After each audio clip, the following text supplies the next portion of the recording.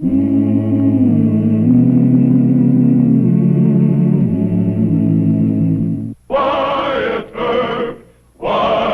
Earp, brave, courageous, and bold. Long live his fame, and long live his glory, and long may his story be told.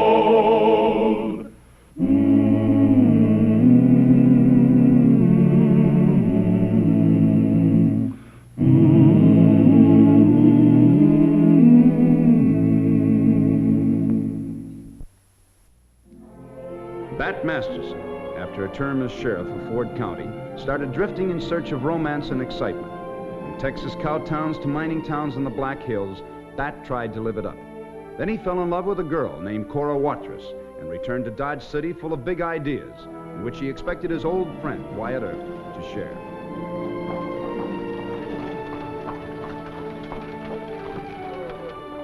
Now, you and Al register at the Dodge House. I'll go set the deal with Wyatt. All right, honey. You don't get lost. And don't tell Earp too much. I know how to handle Wyatt. You proud of your nose, Angel? Now, Deacon likes them spick and span.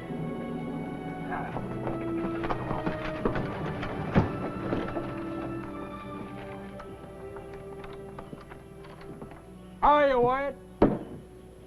Oh, no. Remember me? Yeah, I think I do. Bat Masterson. Come on, right? Hey, what'd you do, strike it rich? Well, not yet, but soon. Oh, well, we better get off the street. The whole town will be talking. Come on. Okay. So I told Al and Cora I wanted my old pal, the Deacon, in on this. Just wait till you get a good look at Cora. Wyatt, I tell you, she's the girl for me. This time it's for keeps. What's the matter? Don't you like the plan? Well, I think ranching can be mighty practical. Practical? You ought to see this Wyoming spread. I tell you, there's grass up to your knees and water in the rivers all year round.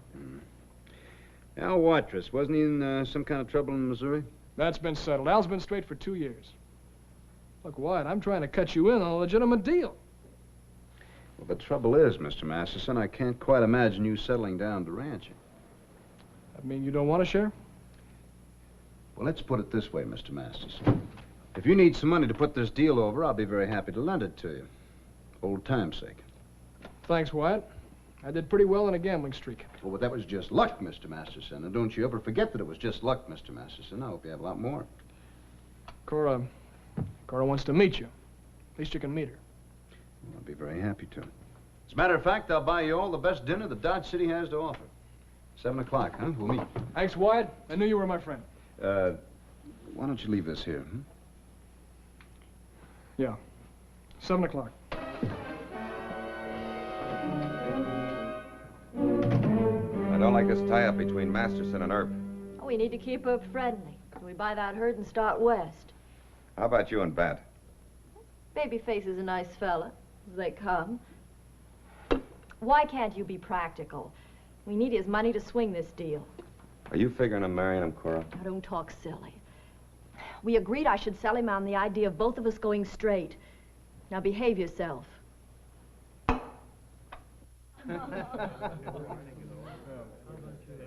Isn't she a honey, Wyatt? Yeah, she's real pretty. You know, I'm kind of jealous. I don't understand it, Mr. Earp. Why hasn't some bright girl picked you off?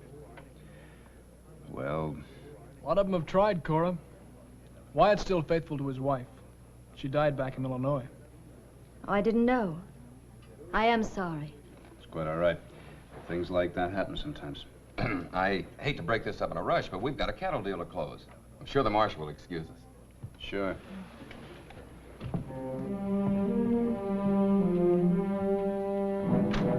Big deal, Wyatt. They bought 500 head from Riley and Sims. Oh, good. Them brands look all right to me. But they're leaving in the morning at sunup. Oh. Well, here it is, Clay County, Missouri. It's over 3 years old, though. Al Watrous, Jim Gibbons, Wally Stone. That ought not to be riding with a hoodlum like Watrous. Well, Bat happens to be in love with Al's sister. No Kansas or federal warrant. Bat says that Al's going straight. Yeah, he's going straight, all right. Straight to Hole-in-the-Wall, Wyoming. That hideout on the outlaw trail? Who told you? One of them riders that Watrous tried to hire. You know, White, I think we better recheck them cattle brands when it's light enough to see for sure. No. Mr. Masterson is a good old friend of mine. He gave me his word that Watrous is reformed. I never have hounded a man for his past. We'll have to wait. Well, it won't take too long, because there's lots of John laws between here and Wyoming. That herd will be checked again. Yeah.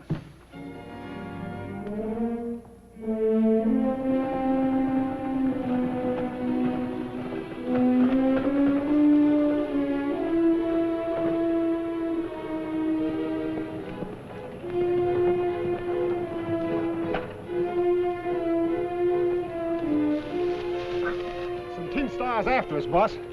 What for? They checking brands. They held that Colorado outfit at the Smoky River 2 days. John Laws, how many? 4 when they left the Smoky, Miss Cora. Where's Bad? He's riding point for the herd. Maybe 3 miles west. Then we'd better take the Tin Stars back here. Go get Ransom, Burke, and Casey. They're riding tail end. And be quiet about it. We don't want Masterson to interfere. Yes, ma'am. And hurry!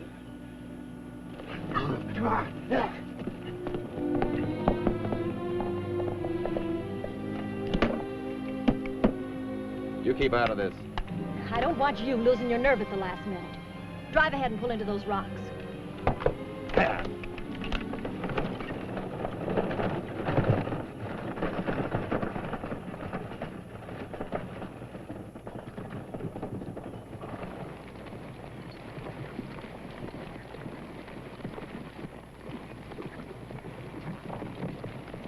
Not yet. Get down.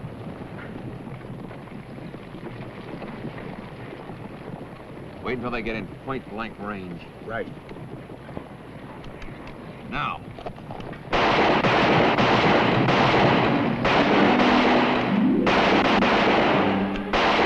Whoa! Whoa! Let's get out of here!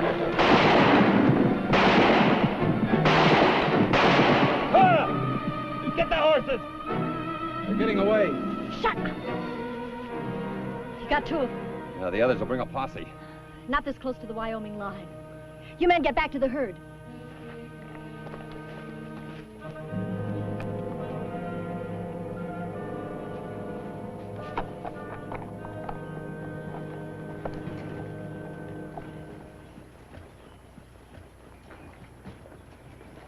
I've been back here twice. Where you been?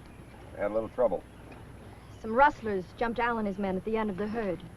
They dropped a couple and the others ran. Oh? They said we're moving on. Al's afraid the rustlers might jump us again. He wants to keep on the move until sundown. Those steers are tired. So are the men. I'm telling you, we move on. We're partners. You don't tell me anything. Stop it, both of you. Any more of this jaw and I quit. Oh, honey, I'm sorry. Al and I are friends. Isn't that right, Al? Oh, sure. We're friends.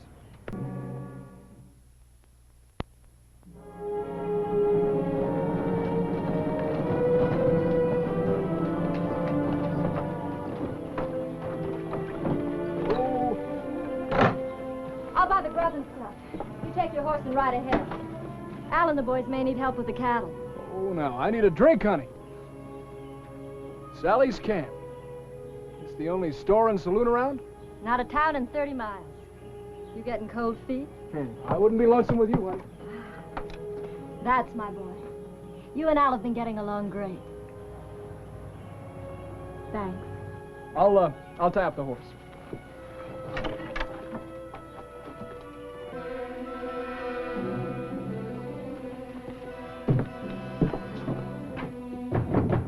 Hey, Sally, open up. It's Cora Watson. All right, Cora. Wait a minute. Come on in.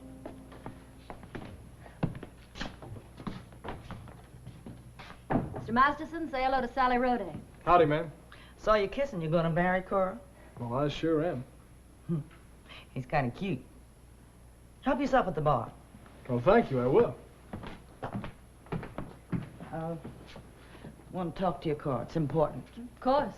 Won't be long, honey. All right.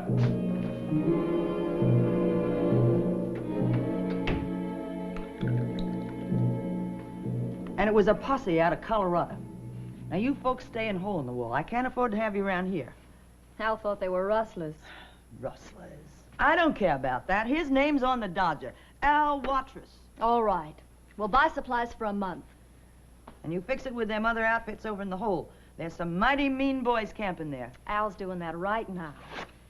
We'll keep you clean, Sally. As clean as you can get without a bath. And don't you get sassy with me. Simmer down, will you? You can take a joke for cash. Now listen here, you...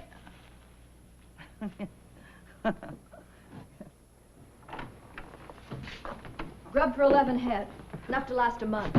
Drive the wagon round back, will you, honey? Why do we need grub for a month? It's only 7 miles to the ranch. Well, I know it is, but we have to collect our share of free range and hole in the wall first. Hole in the wall? That's an outlaw hangout.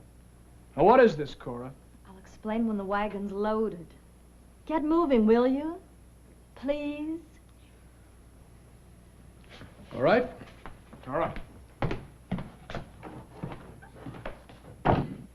Don't he know? Not yet. Well, you mean to say... Stop that... talking and help me with his grub list.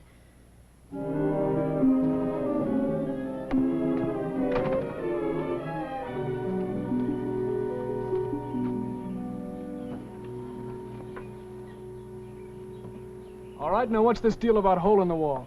Just what I said. We collect some free range. From the rustlers in the hole? They won't bother us. Al should have told me. Well, he wanted to, but I didn't want any more arguments. I'm right in the middle. Want a deal, babyface? I'll get Al to cut the grazing to 2 weeks. We'll move out to the ranch, and I'll marry you. I don't know. Never mind. There's your horse. We'll buy you out as soon as we sell the steers. No. You're marrying me. Ah, that sounds better.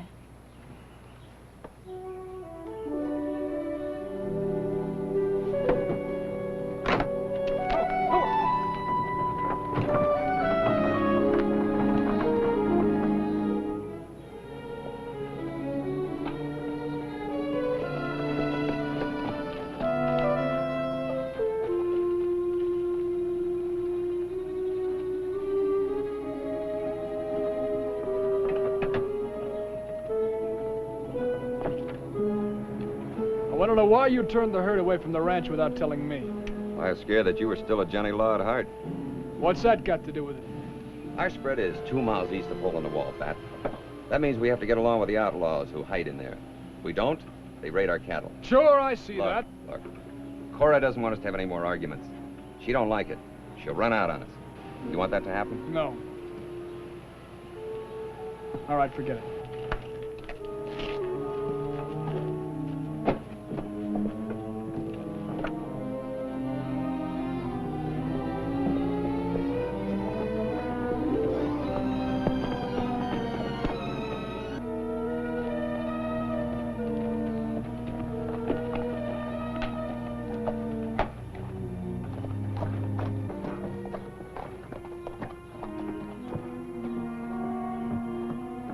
Who are you?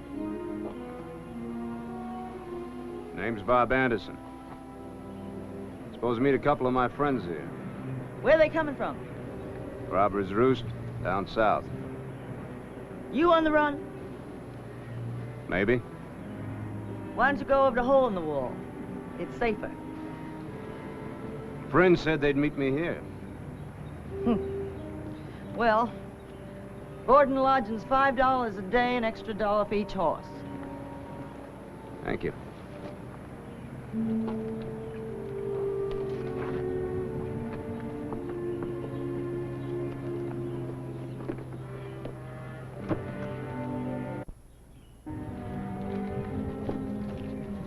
Here. Put that on my account. Tonka? Take care of the horses. Don't give them too much water. Make yourself at home. Thank you, ma'am. Hey, Tonka. You have to take care of the horses. Make a sneak for it to the hole. Tell Cora Waters I got a stranger here. Looks mighty like Johnny Law to me.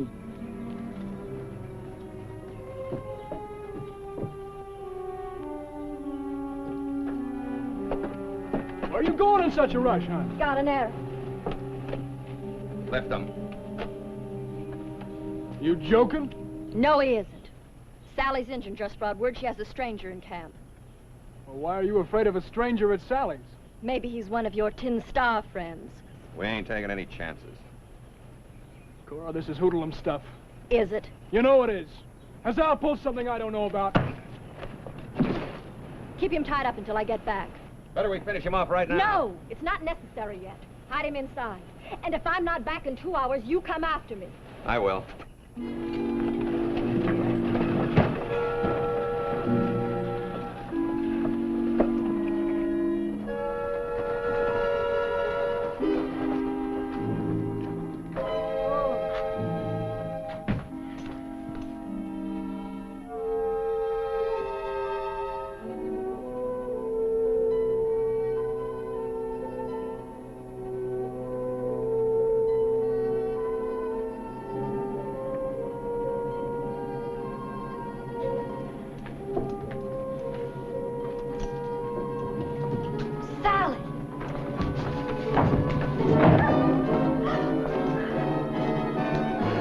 Marshal Herb.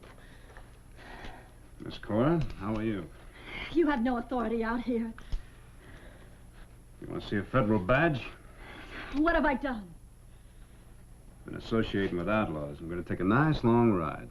Oh, fine. We'll go right into the hole and arrest my brother. Well, I'm not quite that stupid. Now, your brother's going to come out of the hole in the wall and learn what happened to you. Oh, you can't get away with this. Al is bound to trail us.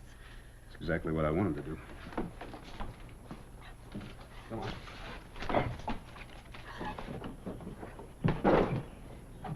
Leave this for Al. Trade you for Mr. Masterson. How is Mr. Masterson? He's dead. Well, I doubt that. Climb on that horse. I will not. I said get on the horse. Don't touch me. All right, I guess I'll have to put you on it. No! I guess I'll have to tie you on. And you stay in that saddle. Otherwise, you'll find yourself hanging head down. Just take it easy. You coward. You bully. Now, look, any more talk out of you, and I'm going to put a gag on you. Now, just hold still.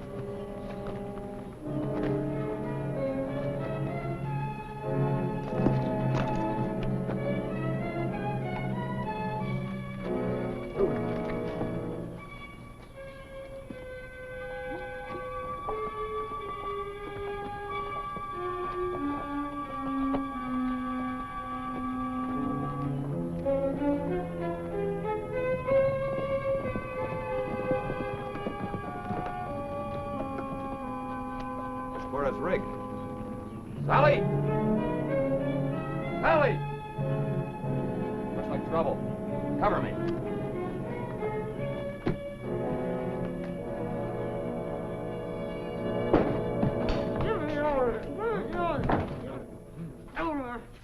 What happened? Oh, a marshal named Herb. He took your sister. Took her where? How should I know? He had us tied up.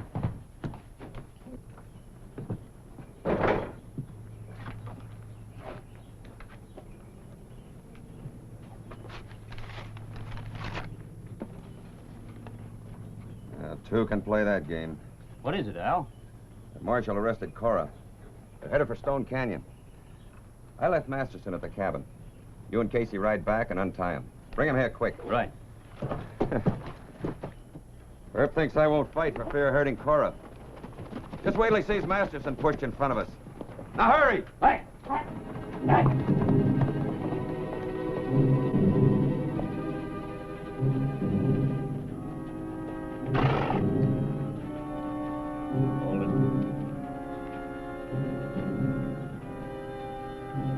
This isn't far enough.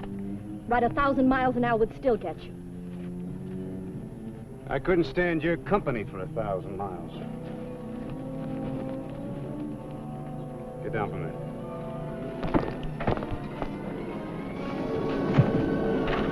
No, I'm not Mr. Masterson or any other easy mark. Now you get up that hill and behave yourself. Go on, move.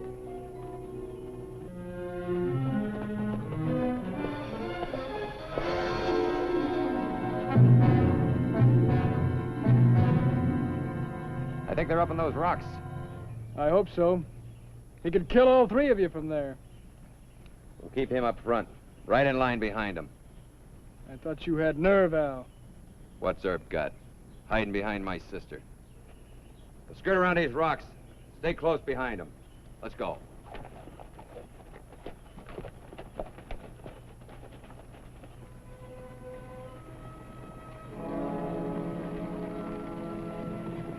No wonder Al got kicked out of Missouri. Put Bat on the lead horse. Is that stupid, too? Yes, it sure is. Better hustle down there and warn Al. No. If you take him alive, you'll say I was in on that ambush. Lady, now I know all about you. Get on your feet. No! Get on your feet and get down there.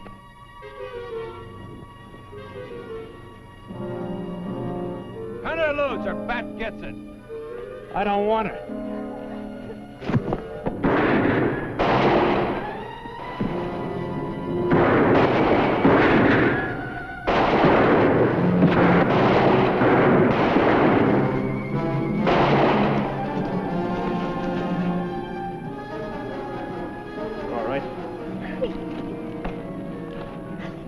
You're all right.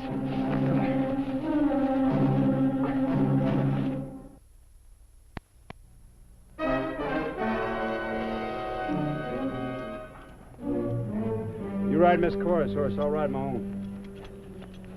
Well, what about me? Well, you can walk back to Sally's camp. It's only about 16, 18 miles. That. Al, are you going to stand for this? I'm not going to walk across that wilderness. Al, are you scared to stick up for your own sister? I'll take care of Earp as soon as the jury turns me loose. Oh, so you're going to blame it on me? I didn't say that. Mr. Earp, I'm ready to turn state's evidence. I'm sorry, ma'am. I wouldn't use a witness like you. Move out.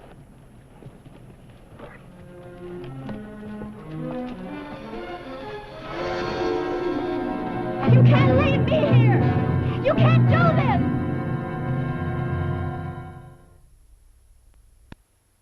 Well, he cleaned up the country, the old Wild West country. He made law and order prevail.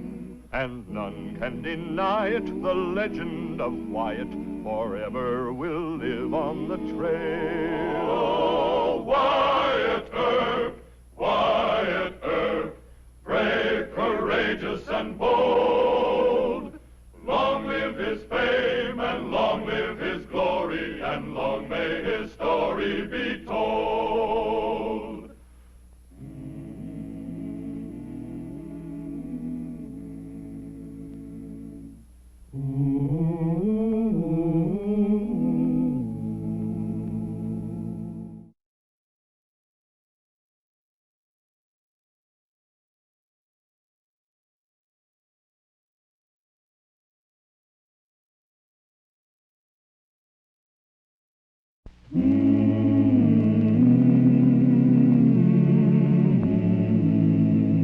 Wyatt Earp, Wyatt Earp, brave, courageous, and bold.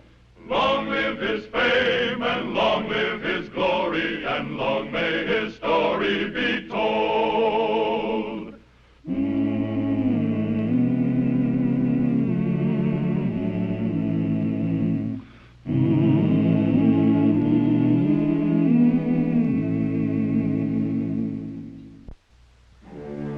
In 1879, Dodge City's day as a rip-roaring cow town had dimmed into a peaceful twilight.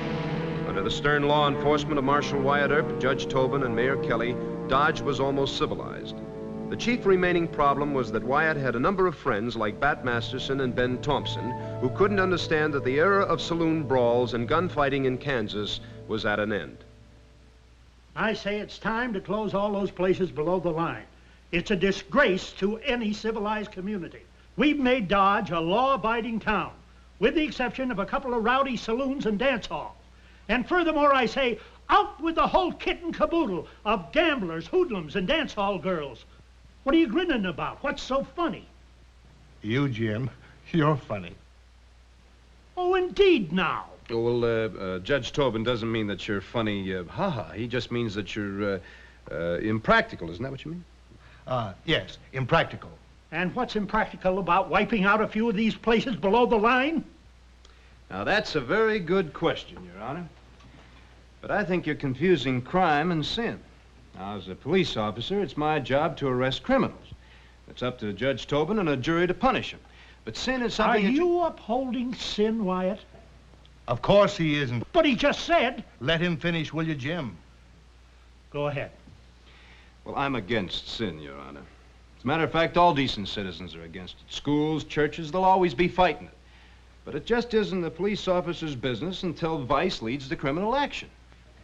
Wyatt's right, Jim. He's done a great job here. You backed him up. But closing a few saloons and dance halls won't cure the human animal of his wickedness. But 'twould take the temptation away. I'm due in court, and so's Marshal Earp. Now, you argue this with the city council. City council? Mr. Mayor, we can keep law and order here in Dodge City. But what we can't do is to turn its people into saints. My mind's made up. Yeah, I was afraid of that. I'll see you later.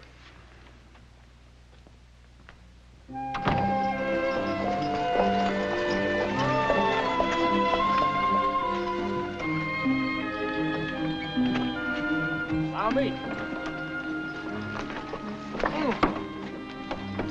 Excuse me. Thank you. Why did they call it Dodge City? It's so little. Little, but oh my. You're not gonna be sorry you stopped off here. Only because of you, Mr. Masterson. Well, now that's the way I like to hear girls talk. Now look, the Dodge house is just up the street. Oh, the dust! Oh, I think I got something in this eye. Here. Now hold still. Oh. Better? Much better, thank you. It feels all right now. Those men, are they whistling at me? Don't you pay any attention, Miss Doreen. Fresh things. Want me to shoot them for you? Shoot them? Oh, no. Oh, I understand. A joke, huh? Don't you try to understand anything. You just leave it all to me. I know my way around, Dodge. Oh, I know I can trust you, Mr. Masterson. I can't I? Just like a brother, honey. Good.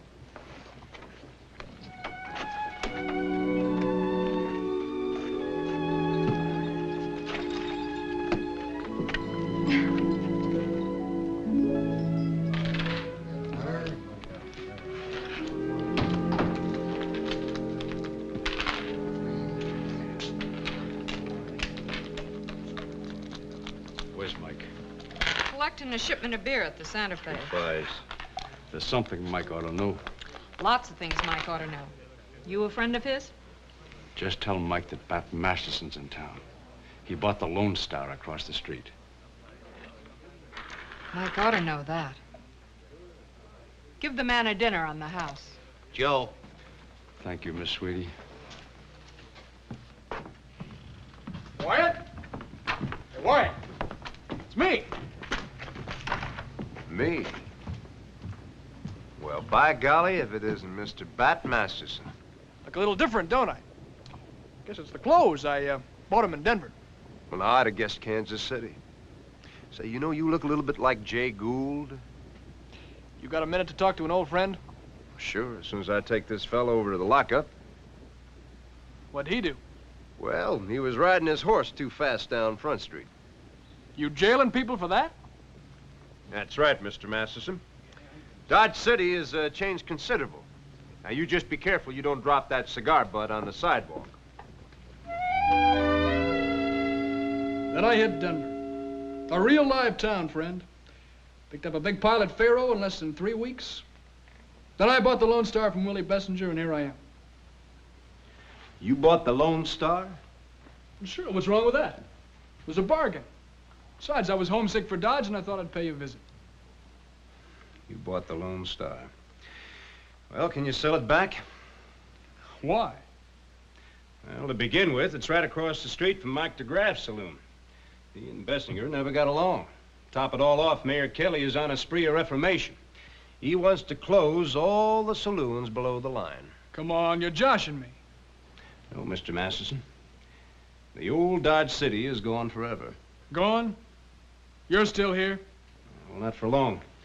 No, Morgan and Virgil will be here this week, maybe the week after. We're going to buy a cattle spread further out west, maybe Arizona territory. Hang up your guns? No, you'll never do that. You're a John Law to the finish. And Dodge will be Dodge, too. No, sir. You can't scare me, Deacon. I'm opening the Lone Star. What's more, I'm going to put in all brand new fixtures. And wait till you see Doreen. Doreen? Oh, no. Now, wait a minute. I'm serious this time. I'm to marry her as soon as the place starts paying off. Meanwhile, she'll be the hostess. All right. You sound gloomy. Just what does all right mean? It means I'll try and keep the peace between you and Mr. DeGraff. Wyatt, if he gets tough with me, he won't be around. Mr. Masterson, you are a friend of mine, and I wish you a lot of luck. Well, this talk about the end of Dodge, I don't get it. I hope someday you do get it. When civilization does come to Dodge City, I hope you won't be the last heathen shaking your fist at it.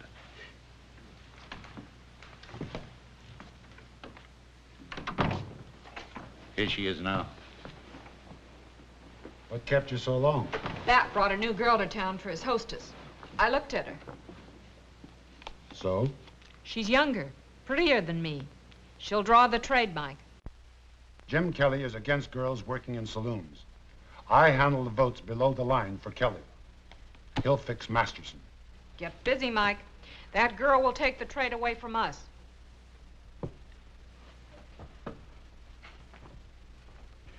I'm not asking you to do anything unladylike. All you have to do is sit in a high chair and watch the dealers. While drunken men whistle at me. I need you, hon. It'll only be for a few weeks until the place gets going.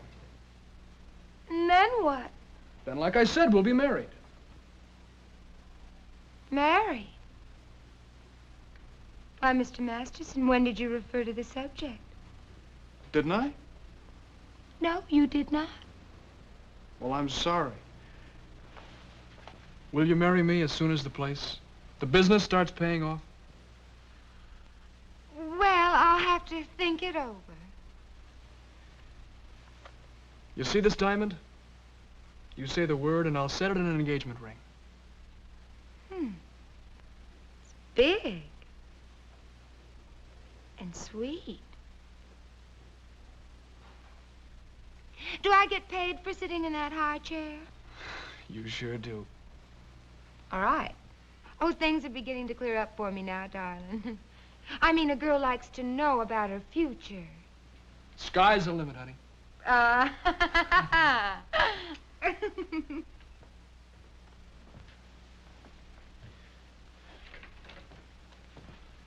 What is this, Wyatt? That Masterson owning the Lone Star and importing a Denver Jezebel to be hostess. It's unfair competition. Well, now, Mr. DeGraff, you have Miss Sweetie. Also, I haven't met this woman that you call a Jezebel. I'd like to lay you odds that she isn't. No more hostesses, Wyatt. I've made up my mind to that. Oh? The city council pass an ordinance? Well, not yet, but, Well, then you can't forbid Mr. Masterson from hiring a hostess. He has one. Sweetie slaps the customers around. Oh, good for Sweetie. Now, Mr. Kelly, just because a woman works in a saloon or a dance hall doesn't mean that she's bad. If Mr. DeGraff has a hostess, then it's legal for Mr. Masterson to hire Miss Doreen. I'll pass an ordinance. Good, you do that.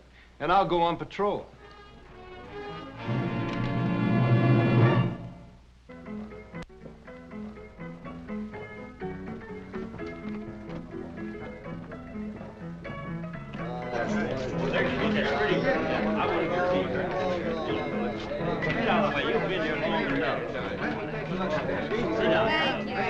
What do you think about that? All right. Thank you. Look around. High class, huh? It's gonna be better. That Miss Doreen? That's right, the future Mrs. Masterson. Come on, I want you to meet her. Excuse us. Honey, this is my best friend, this is Wyatt Earp. He's the marshal. Hello. Howdy, Miss Doreen. My, he's handsome. Bat tells me you're a bachelor, Mr. Earp. Yes, and I can't afford to marry. Oh, well, that's a pretty state of affairs. Bat's rich. Why, he could afford to double your salary. Well, thank you, ma'am, for the kind thought, but you see, Excuse us a moment, Doreen. I want to show Wyatt what I'm going to do to the place. Oh, well, can I come too? Because this is awful tiresome, just sitting here. No, fellas want to look at you. Come on, Wyatt. Not too bright, but kind of pretty, huh? I don't know. She's probably a lot smarter than you think she is. I wonder what Miss Sweetie and Mr. DeGraff are thinking right now. He's got all of our customers, boss. We'll fix him. Hey, Sweetie. Sweetie! Just take a look at Masterson's place. Big business, huh? I told you. Yeah. But Kelly's going to close him tomorrow. How? Pass an ordinance so he can't use that girl. Oh. Then you can't use me? I don't need you with Masterson closed. You think so, Mike? I mean, I don't need you as a hostess. Don't go silly now. You and me are... There's Mr. Earp.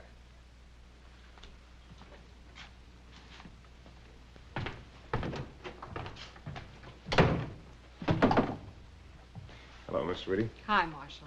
Just came by from my weekly shotgun check. Mike's sore. There's going to be trouble. I hope not. A glass of milk from Mr. Earp. You sit at a table with me, hmm? All right. Mike just says, sit down. Well, next time you just tell Mike, hold my chair. I have no manners either. But I am fairly intelligent, I think. Yes, you sure are. Is Kelly going to pass the law against women in bars? I'm afraid so. Right away? Tomorrow? Well, maybe not that quick. The council likes to argue. You better pass it quick. I know Mike. He's already sent for some gunfighters. Sorry to hear that. Mike's stupid, Mr. Earp. I warn you because I'm tired of keeping him in line. Well, I thank you for the milk and for the information. Do me a favor, will you? Talk once more to Mike. Once more? Of course. I thank you for the kind words you've said. Well, they're all true, and you know it. Good luck to you. My love to you.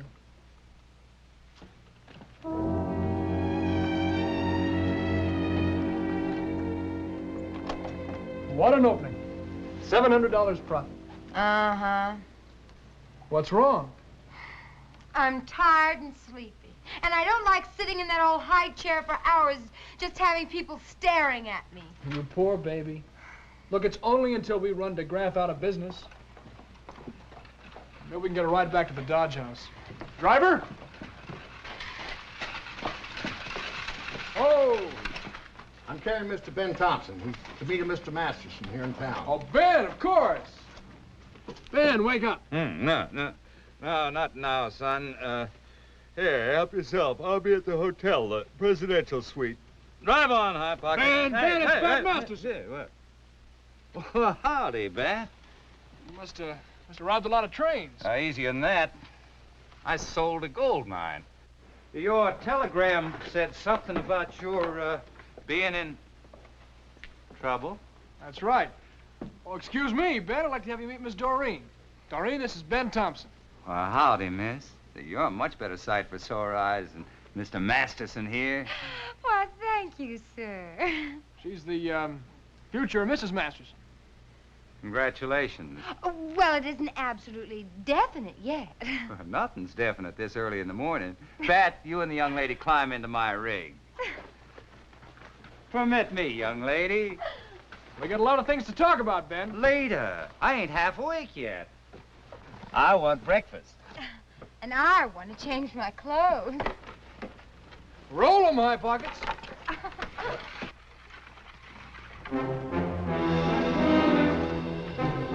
Never mind the paddle.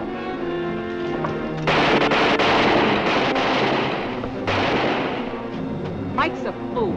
Masterson will come shooting. He'll wreck our joint, sweetie. We better hide the cash. Boot in the window. Smash up the joint.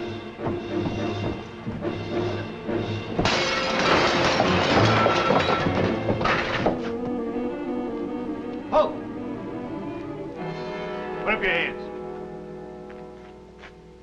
Howdy, Wyatt, old pal. Where'd you steal that outfit? Masterson accused me of robbing trains. I won me a gold mine in a poker game at Trinidad. Sold it for a nice piece of money. Any gold in that mine? You know, that's a funny thing. It was loaded. I should have taken a look at that fool mine, but you know me, pal. Sell quick. All my friends are getting rich. Me, I can't even get the council to buy me a new star. It's a cheapskate town. I just remembered. I got me a silver mine. Now, for old time's sake, Palsy, I'm going to give you... I gotta talk to you. Not now, Palsy. I've got to find me a silver mine deed here. Now, Ben, it's important. Excuse us, Wyatt.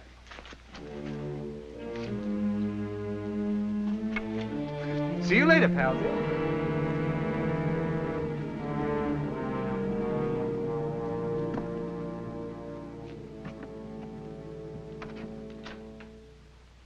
Masterson and Thompson, what are they up to?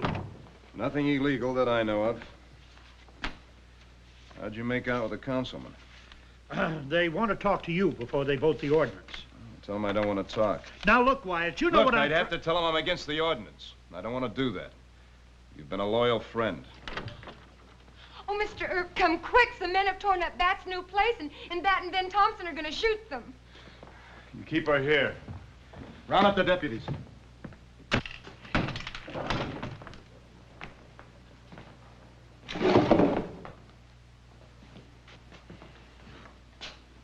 Mr. DeGraff shouldn't have done this. You got a gun? Left it in the hotel rack. Use mine. I'll get the shotgun. Come on, Bat. You and your friend. Try to smash up my joint.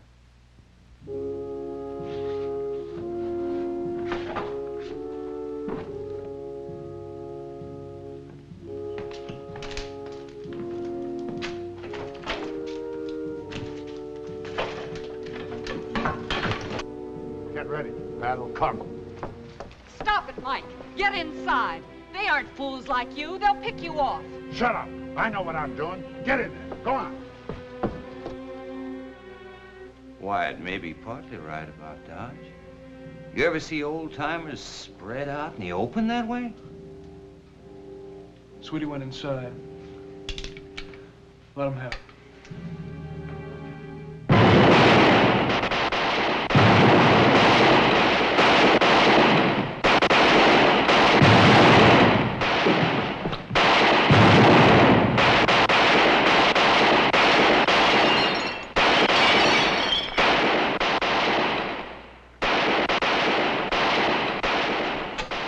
Wyatt ain't gonna like this.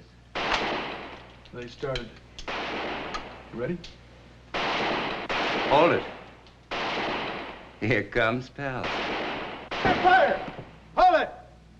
Is he on our side? Sure. Cover him.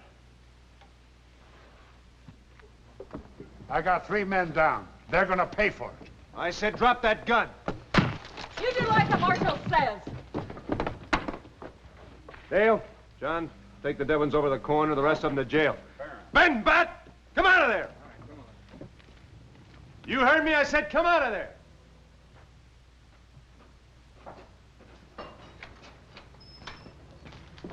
Break those guns open. They started this, Wyatt. You're under arrest. Me too? No, just Mr. Masterson. You're wearing a gun. Come on.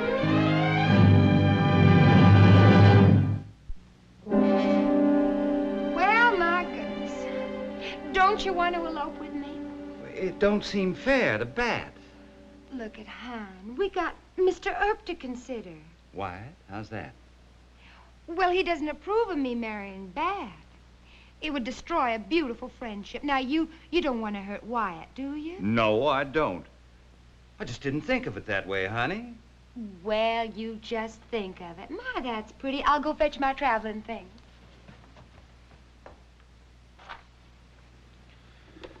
Mr. Graff and his men get 30 days. Releasing Mr. Masterson a $25 fine. Go get him.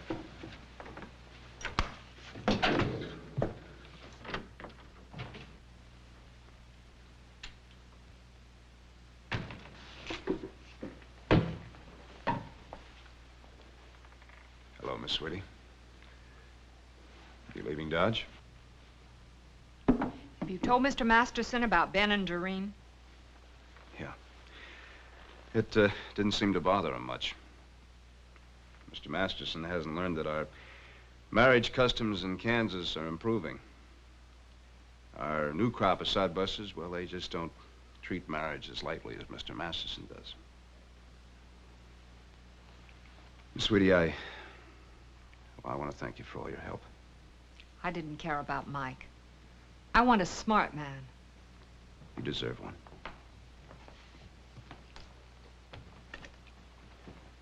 Which trail are you taking? Denver, I think. A lot of smart men in Denver.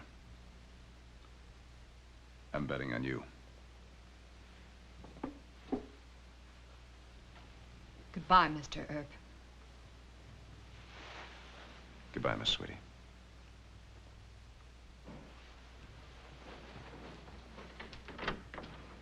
Not bad. $25 fine, Mr. Masterson. I sold out to Mike. Denver's my kind of town. Don't stay there too long.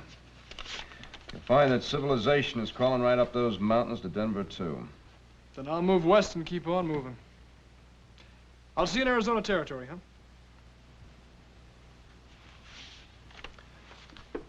Could be. You know, I wish you could find some sweet little gal that could settle you down. Not me. So long, Wyatt. So long, Mr. Masterson.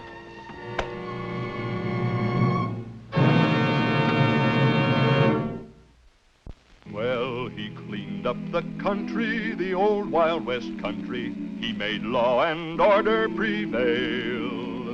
And none can deny it, the legend of Wyatt forever will live on the trail. Oh, Wyatt Earp, brave, courageous, and bold. Long live his fame, and long live his glory, and long may his story be told. Long may his story be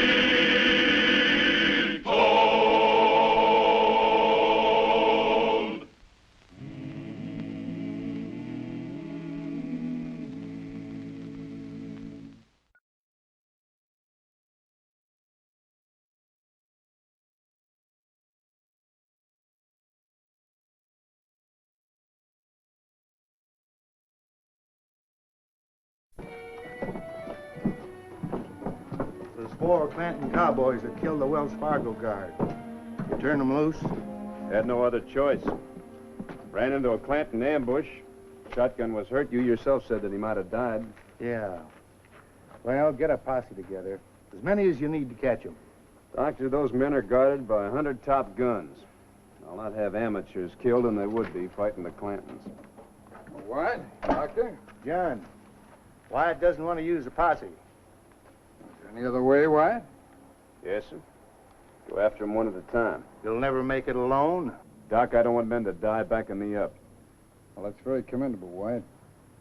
It does you credit, but it's quite unrealistic. I'm going to run an editorial asking for volunteers for a posse. Well, I can't stop you, but I'm going to get those killers my way. Wyatt, you're a fool.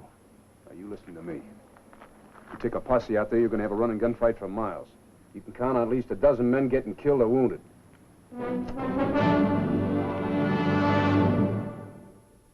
Oh, Wyatt Earp, brave, courageous, and bold. Long live his fame, and long live his glory, and long may his story be told. The Life and Legend of Wyatt Earp, starring Hugh O'Brien. Wyatt's refusal of the citizens' posse threatened to get him into serious trouble. No peace officer on the frontier could afford to let prisoners escape, and Marshal Earp had to recapture 4 men guarded by 100 guns. Wyatt must do it alone or lead a big posse into battle with the Clanton gang. And he couldn't know the infamous 10% ring at Tucson had ideas of their own.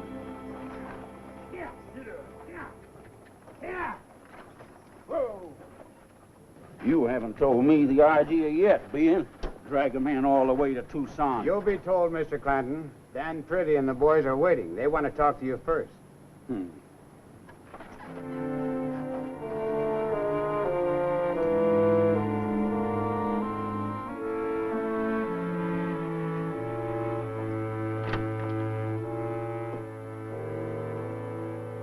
Well, I ain't surrendering, my boys, for no necktie party in Tombstone. Worst idea you fellas come up with yet, and let me tell you... Hold on, Clanton. Keep your temper. Temper? I'm as mad as a Gila lizard with a bullet in his tail. All I'm right, ready now that'll do. Sit down and listen. Drag a man all the way to Tucson. Washington and Governor Fremont have signed the order creating Cochise County. Let me see them papers. You'll have to surrender your boys. After all, we can't have a scandal in our new county the first week. I told you I wouldn't let my men hang. They won't hang. They won't even get a jail sentence. Well, why don't you say so? What we're trying to tell you is they're going to be fine. You have our word for it. You wouldn't doubt our word, would you? Well, you never lied to me yet, Daniel. I'll tell the boys to turn themselves in. Fine. Oh, ask Johnny Bean to step in, will you?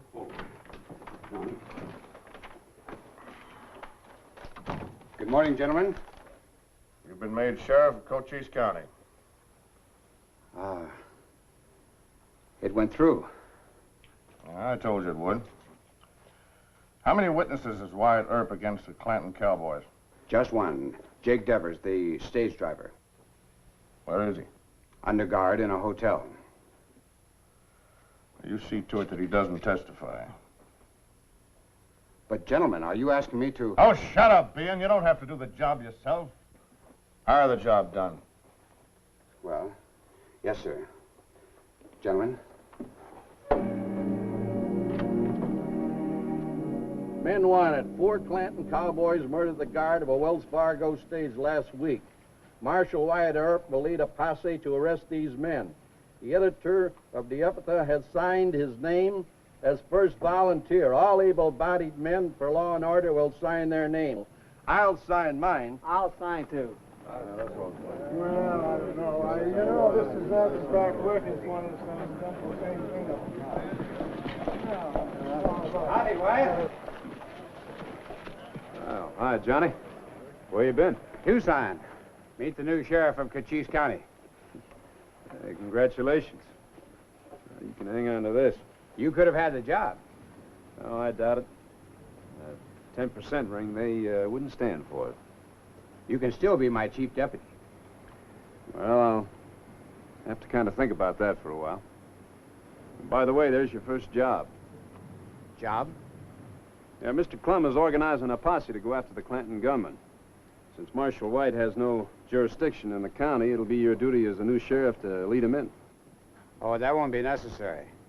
I've already sent word for Clanton's boys to give themselves up.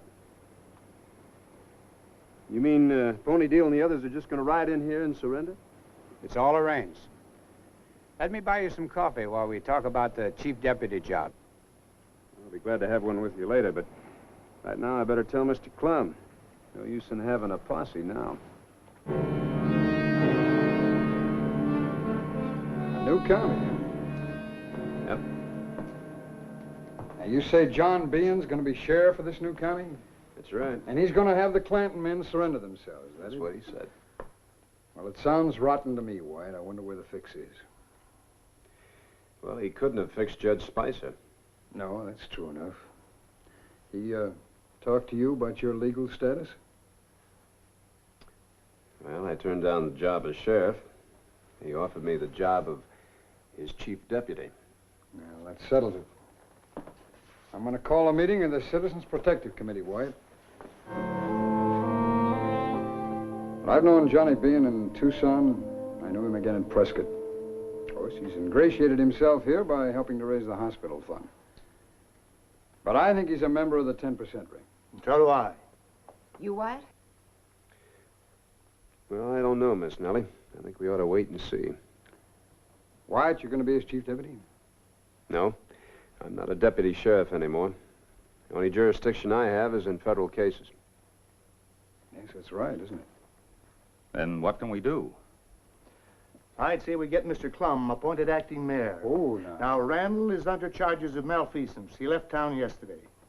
Then the other members of the city council can't object much if you, Doctor, and Miss Nellie insist. That's right. I don't think they'll want to expose themselves. Well, now, wait a minute, Miss Nellie. That's nice of you to say, but... well, I'm a newspaper man, not a politician. I can't be mayor. John, this is an emergency. He'll only have to serve until we can hold an election. The idea is for you to appoint Wyatt deputy city marshal under Marshal White. Well, that's a good idea. It's more than just a good idea. It's our only defense against Behan. Well, I've got to get back to the office. I move the meeting adjourned. Just a minute, Doctor. I think my appointment ought to be kept secret for a day or so. And if Behan is a member of the 10% ring, well, he may show his hand. I'm for that. Well, I agree. Miss Nellie? Going back to the hospital? Heard? Doctor? Yes. Be allowed.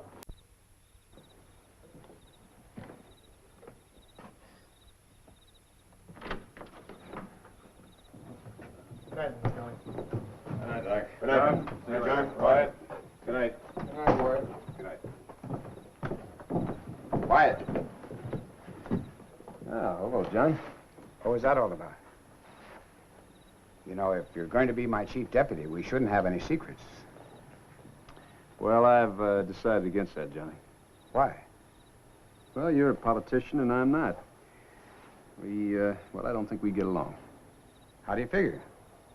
Well, there's one thing you haven't told me.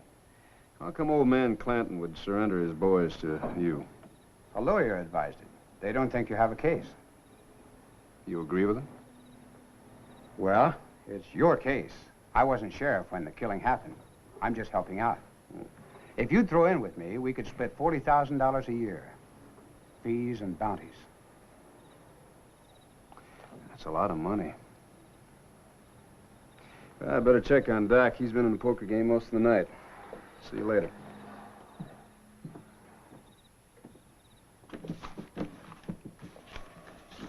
Ante up, Gibbs.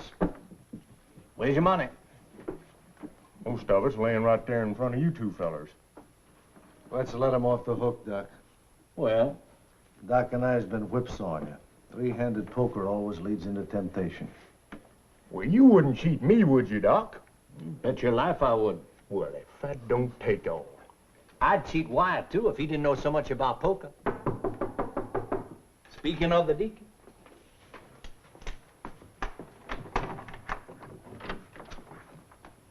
Lock it again. Well, gentlemen, Mr. Johnny Behan is our new sheriff of our new county. You're joshing. No, official. Is he wearing a gun? He said old man Clanton is sending Pony Deal and the others in to surrender. What's the fix? I don't know. But we better get Mr. Devers over to another hotel. You're our only witness to the murder. Put him over at Miss Cashman's. Well, that'd be a waste of energy. I'll go shoot Johnny Bean myself. That isn't going to help. I never did like Bean. This is the time we gotta go start shooting, Wyatt. I've told you that, and Shotgun's told you. We should have killed Pony and his boys without trying to bring them here for a trial they don't deserve. Now, wait a minute. No fool's play, Doc. Bean's wearing a star this time. That's right, Doc. They'd hang you for sure. Maybe I can insult Johnny into drawing first. No, they'd still hang you. Well, maybe I was wrong about Bean. We could have misjudged him. It ain't likely. Here comes Pony and his boys.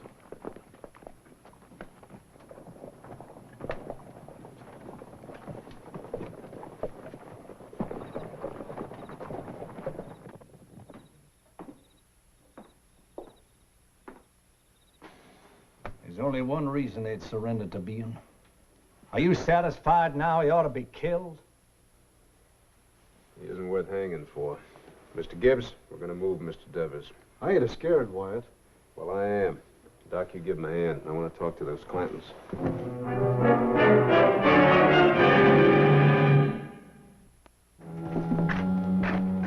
Well, Ben? Don't say anything out here. Inside, quick.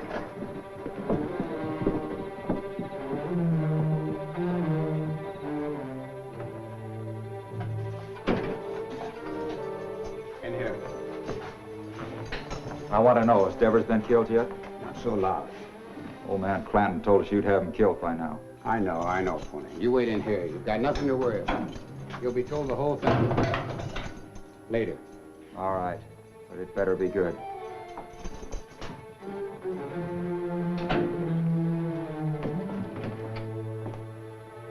Oh, Wyatt. I just locked up the men you were after. Well, thank you kindly. Any objection if I talk to him? Not at all. Help yourself.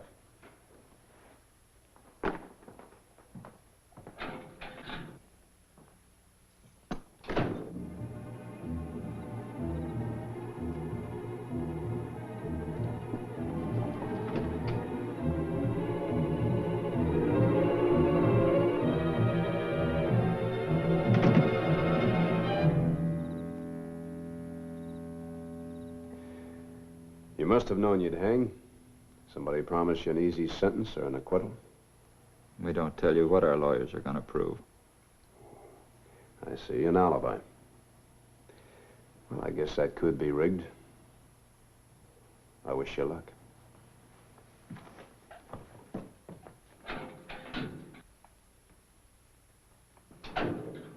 Well?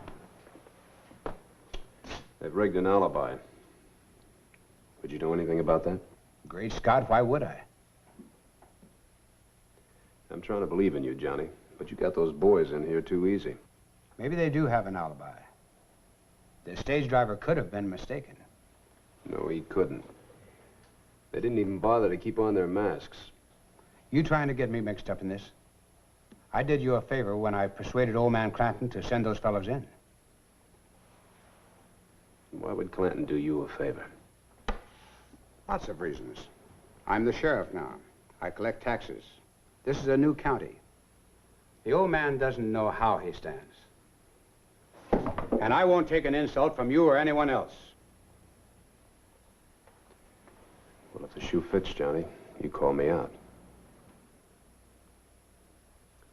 What good would that do? You're faster with a gun, but if you killed me, they'd hang you.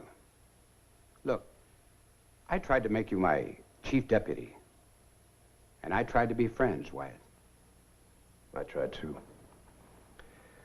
I needed friends in this town.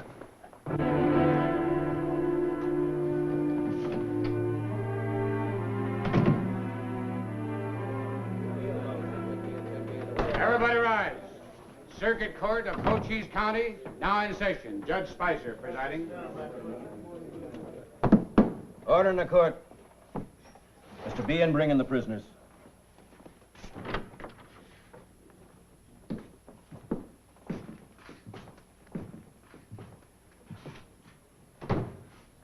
You men are charged with the murder of Tony Briscoe, a Wells Fargo guard. How do you plead? Not guilty, Your Honor. Mr. Earp, I believe you have an eyewitness. Yes, sir. They're bringing him over from the hotel.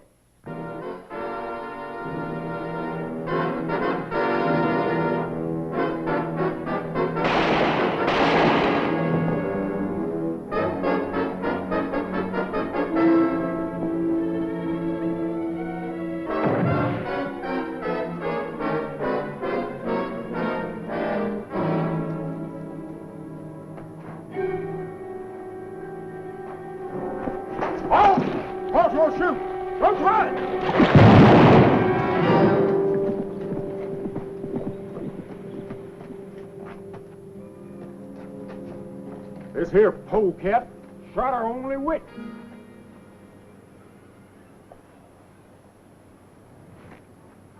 Now, you could have just winged him. You might have been able to tell us who hired him to have it done. It would have cost him his life to do it, just as it cost Jake Davis. And now we haven't got a case. You better toughen up, Wyatt. This is a shooting town. I done the best I could, White. I called to him to halt. Besides, it ain't easy to wing a man with a 10-gauge slug. Well, what's done is done. I'll have to go tell Judge Spicer. Take care of him.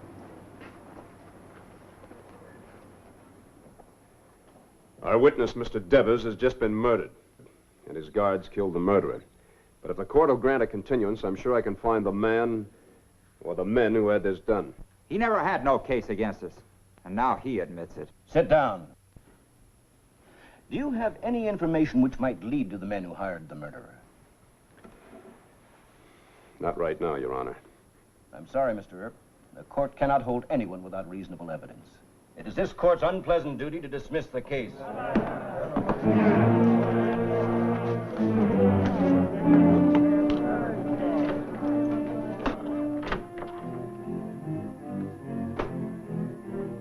Well, Doc, the judge turned them fellers loose. Where's Johnny Bean? Over at that fancy new office of his in the courthouse, I reckon. Mr. Gibbs, it is my considered judgment that Johnny Bean hired that killer. Yeah, mine too. But we can't hardly prove that. This is my judge and jury. You go tell Johnny Bean that I'm gonna shoot him on sight. And you just try that and they're gonna hang you. Yeah, I know. They'll hang me. They haven't got much time left anyway. And I don't know a better way for a man to die. Doc, you're a mite sad. Yes. I'll clear that up right now.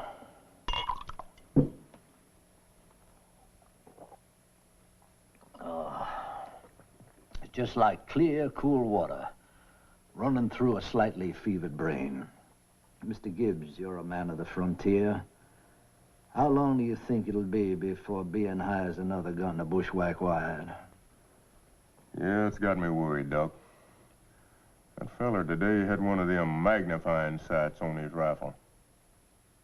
Picked off poor old Jake right betwixt us.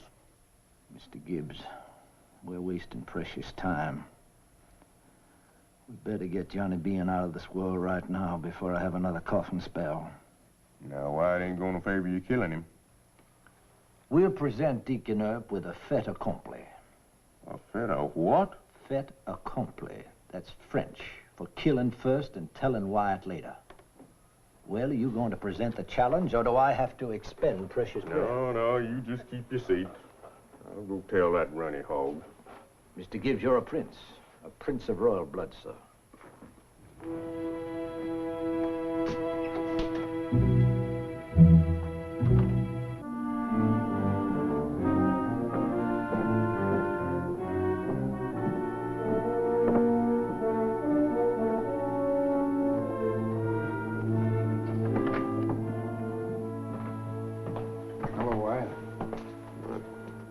Wyatt, it's too bad. Oh, it's worse than too bad. Well, all we can do now is try to link John Bean with a 10% ring. Here's your deputy marshal's badge. Pin it on. There's no point in warning Johnny what we suspect. We'll just let him get overconfident. We'll keep this hidden for a while. Yeah, well, that's right. Wyatt! You better come quick. What's wrong now? Doc and Johnny Bean are going to have a shootout over in front of the courthouse. Now, I favored it at first, but the more I got... Oh, that feller sure can move, can he? Come on out, Sheriff. I want to see the kind of peace officer the ring sent to Tombstone. Bean, I said come out. And come healed. Now, just a moment, Dr. Holliday. I want the witnesses to observe that you're drunk and you challenge me to a gunfight. I'll give you the first shot. You draw first. No, Doc. Go on inside. I'll cool him off. You'd better. If he shoots at me, he'll hang. And you'll be dead. That's a fair exchange. He means it. Go on inside. I want him arrested for threatening me. I'm an officer of the law. Get inside like I told you. Stay there and shut up. All right, but I want the records to show that I didn't fear him.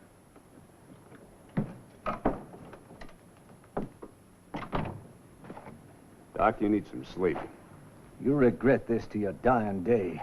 All right, all right. He's thrown in with the Clantons. We can't prove that. Deacon and Tombstone, you can't prove anything. You just shoot on a reasonable suspicion.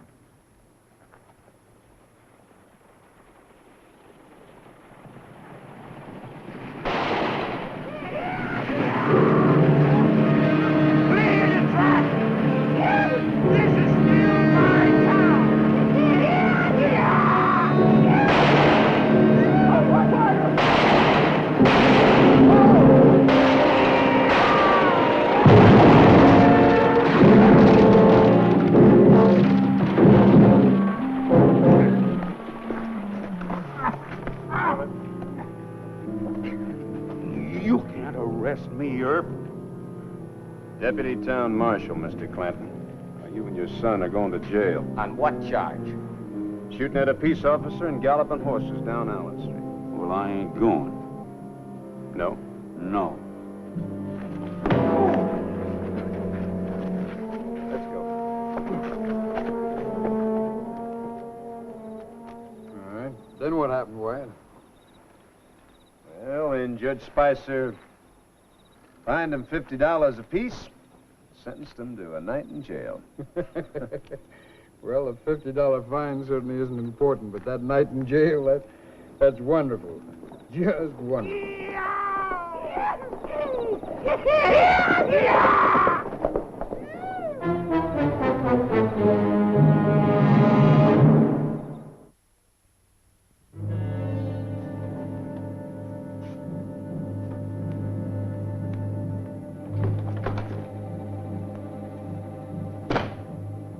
Turn the Clantons loose?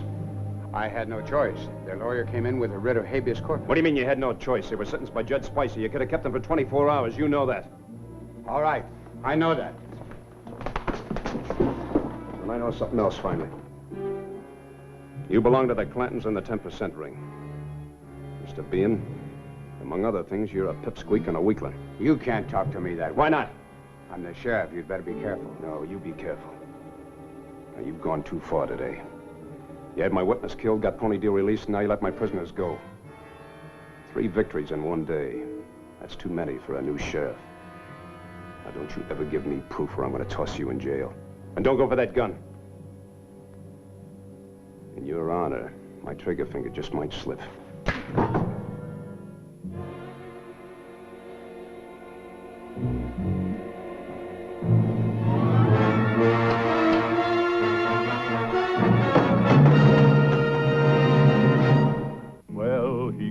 Up the country, the old Wild West country, he made law and order prevail.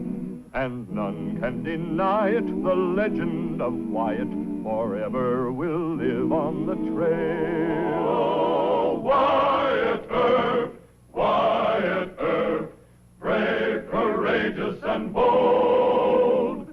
Long live his fame, and long live his glory, and long may his story be told. Long may his story be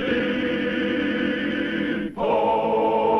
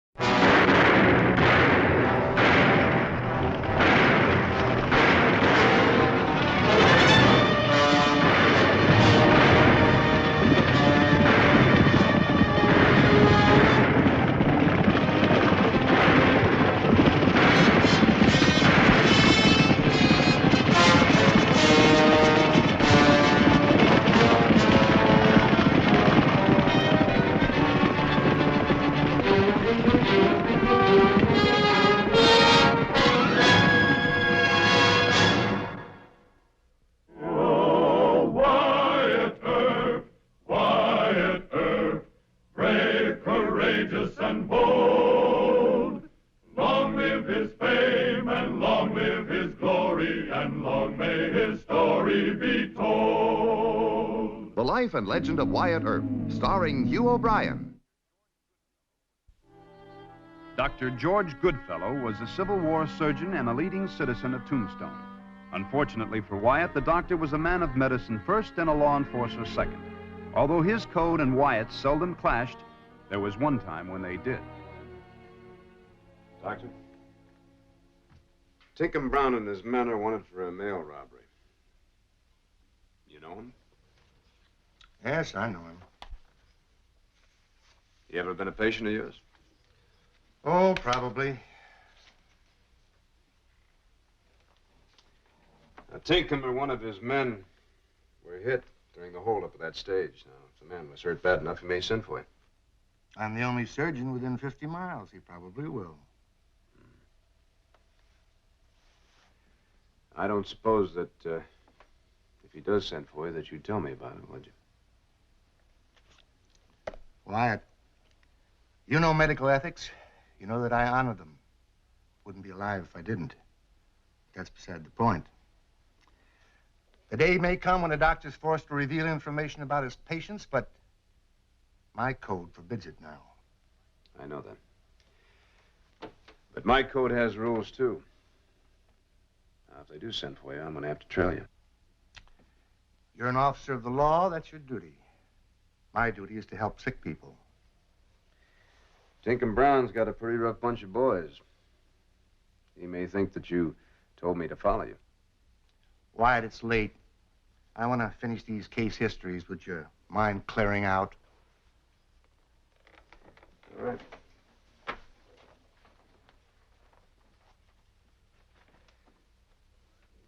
You, realize that you could be killed?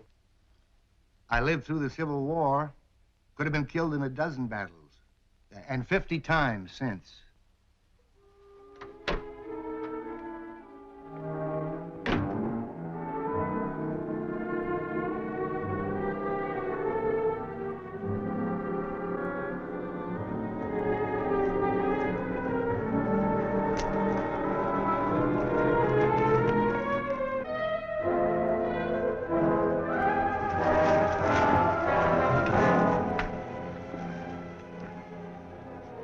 Doc's coming, boss. Anyone on his trail? Just him and Swanee. I knew I could trust the doc.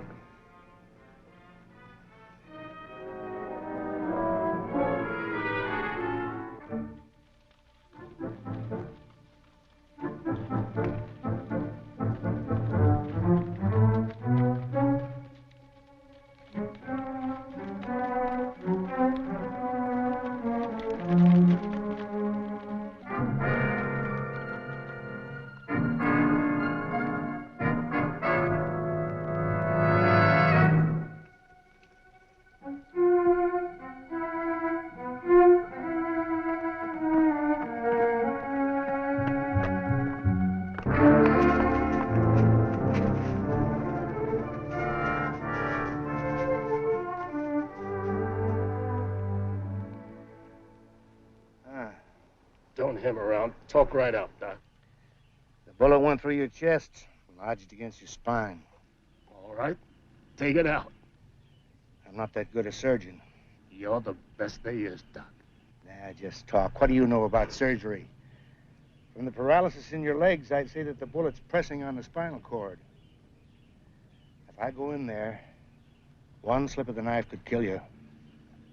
Then there'd be a slip of the trigger, Doc. Put that thing away. Doc's my friend, Swanee. You know I got no choice, Doc. Man might as well be dead as paralyzed. Well, I've told you part of the truth. Now I'm going to tell you the rest of it. Wyatt Earp talked to me about you last night. I think he's followed me here. That John Law. That's all right, boss. We'll take care of him. You'll do nothing of the kind. Now, just a minute. I'm going to need Earp for this. If he's brought Holiday, I can use him, too. But the operating?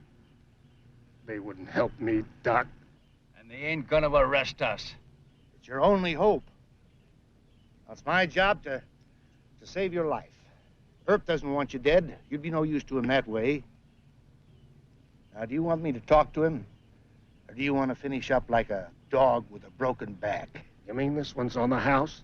No shooting on either side? That's what I mean. All right. See what you can do, Doc.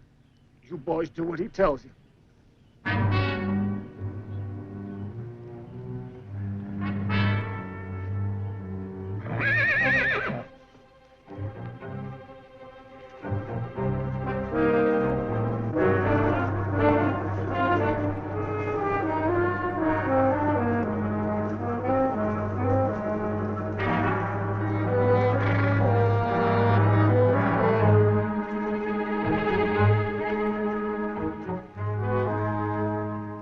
Just over the ridge up there, White. We're gonna have to leave these horses down here and walk up, else they'll hear us. No, I don't want to go up there yet. Wait until Dr. Goodfellow leaves. I don't want him catching a bullet for his trouble. Maybe they done already killed Goodfeller.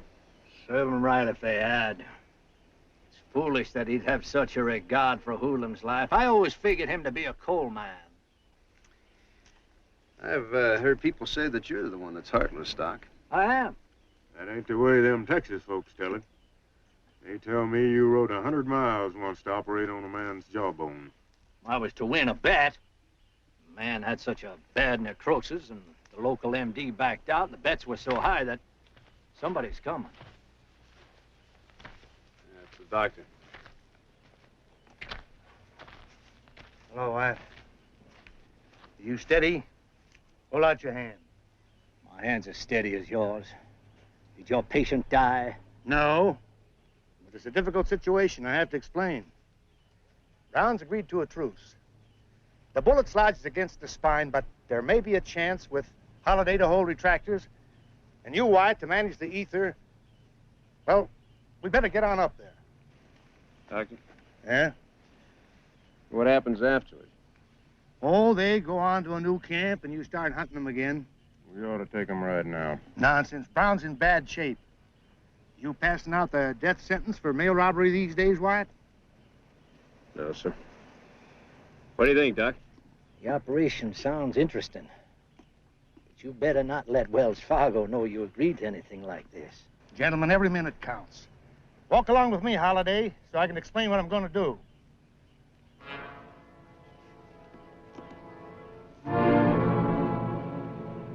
Come on.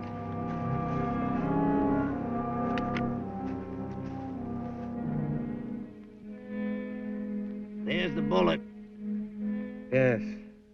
How's the pulse? Pretty good. Well, we'll pull the slug. Use a clean sponge, Holiday. Be ready with the clamp.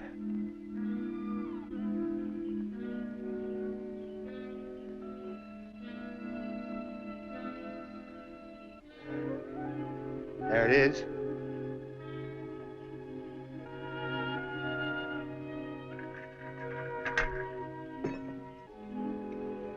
Is he gonna make it, Doc? Can't tell for a couple of days. Keep him right where he is. Give him laudanum to keep him quiet. If he starts fever, send for me. What about Earp? The marshal agreed to a truce. He'll keep it. That's right. For how long? Until Dr. Goodfellow says he can travel. And if you boys don't come into Tombstone, I'm going to come after you again. You'll come in if you got any sense. Oh, quit the gab. Mr. Brown is my patient. After he recovers or dies, I have no further interest in the matter. It's up to him to decide, if he lives, whether or not he wants to remain a fugitive. You did a pretty good job, Holiday. I wish they'd let us take him up to the hospital so you can keep your eye on it. Oh, no. No, you Johnny Laws are going to push along. Holster that gun. I said I don't want him moved at all, not even to the hospital. I don't expect you to thank Marshal Earp for what he's done. But if there's any more of this behavior, I'll not see Brown again. Come along, Wyatt.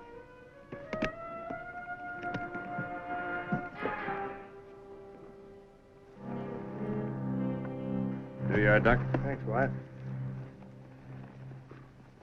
Will Brown make it? Well, he has a chance. Wells Fargo says that he got away with $15,000 in that mail robbery. Probably. good surgical problem. I learned quite a bit.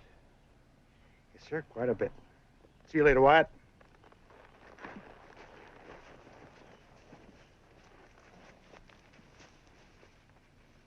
Wyatt, they ain't gonna stick with Tinkham. If it was me, I'd go back and get some more boys, come up here and smoke them out. I can't do that. Not yet. Gibbs, you got the soul of a bloodhound. While surgical history is being made, all you can think of is capturing those mail robbers. Hey, Doc. Is that operation that unusual? This good fella's a genius. Well, that bullet was impinged on his spinal column with bone splinters all around. If Brown lives, Johns Hopkins should publish a paper on it. Huh. Well, a lot of good that'll do with Wyatt trying to explain this here to Wells Fargo. Let's stop jawing about it. Get back to town.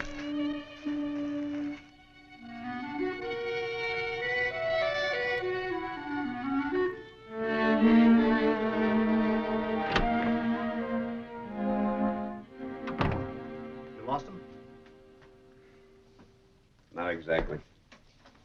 What does that mean? Tinkham Brown was wounded. The gang sent for Dr. Goodfellow. Didn't you tail him? Yes, sir, we tailed him. Doctor had to operate in order to save his life. Why didn't you pick up the others? Because Dr. Goodfellow pledged us to a truce.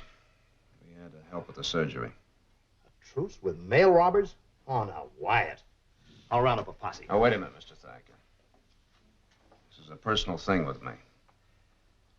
When Dr. Goodfellow told me how bad Brown was hit, I just couldn't sentence a man to death. I'm not the judge and jury, you know. All right, Wyatt. But we've got the job to finish. Just tell me where Brown is. We'll pick him up. I can't do that either. Why not? Because Dr. Goodfellow's a friend of mine. Brown is his patient. Well, the way the doctor sees it, I had to trail him. You know, that was my job. But I'd be violating his medical ethics if I sent a posse out there after Brown before he was well enough to travel. Medical ethics? Tinkham Brown is a hoodlum. Do you realize what San Francisco would do if I sent this report in? Look, I don't belong to Wells Fargo. You're a deputy United States Marshal. It was your duty. And I'll get Brown and his men, I promise you that. When? As soon as Dr. Goodfellow discharges him. A week or so. Does Dr. Goodfellow realize that he's risking his life fooling around with a bunch of outlaws? Yeah, he realizes it. He takes a chance in his life every time he goes out on the trail to help a sick cowboy. Are you keeping a guard on him? Day and night. All right, Wyatt. I won't report to San Francisco yet. Thank you. I'll, see if I can get a bulletin from Doc. See you later.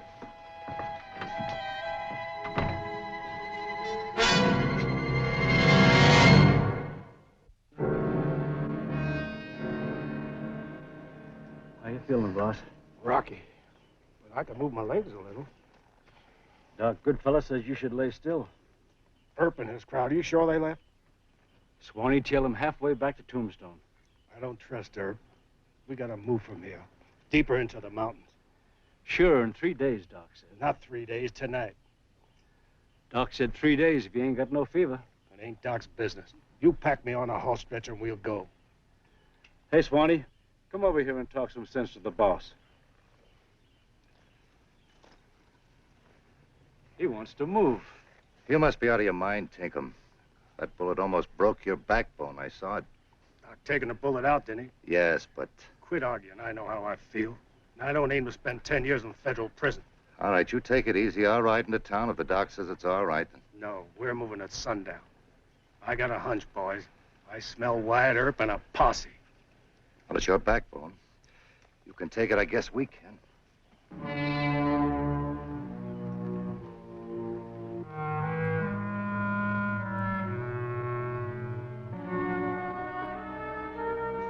What? One of them Tinkham Brown men just come for Doc Goodfellow. Has the doc left yet? No, he's still got some patients to see. Where's the Tinkham man? Sitting on the front porch. All right, I'll try and sneak around the back way. Have a little talk with Dr. Goodfellow.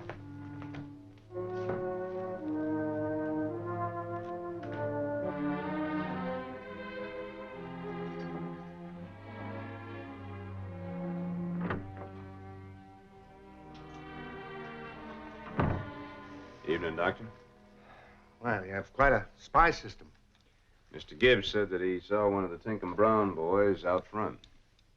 Brown started a fever. I'll have to go. What if he dies? They'll blame you for it. Oh, I've been blamed before. Real bad bunch, Doctor. I'm not interested in their morals. Brown's feverish, post-surgical. If his name was Smith, I'd still go. No, I don't like it. I'm sorry, Doctor, but I'll have to trail you again. That could really get me in trouble, you know. Doctor, I played it your way this morning. Now, Brown had his chance. If something does go wrong, you'll be much safer if you have guns covering you. I will consider it unwarranted interference. Just the same, you may need help. We'll try to be there.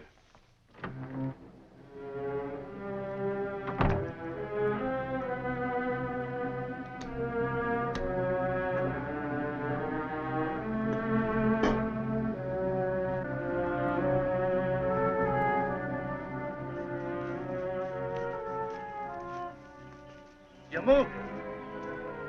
What's his idea, Doc? The man disobeyed my orders. I'm off the case. No, he ain't. Throw that gun away. You won't need it. Brown's a fool. Didn't you tell him he wasn't to be moved? Yeah, but he's the boss. In a matter of medicine, I'm the boss. Doctor's orders are to be followed absolutely. Keep your shirt on, Doc. We got quite a ride up the mountain. Move.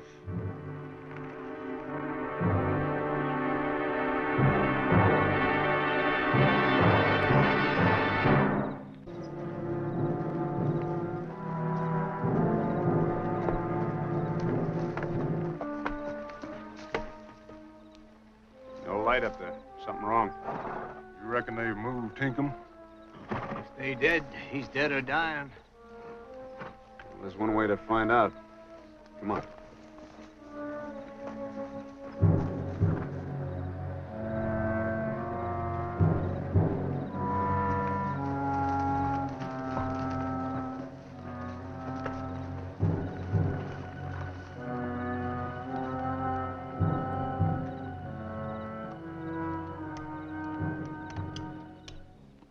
Dr. Goodfellow's gun.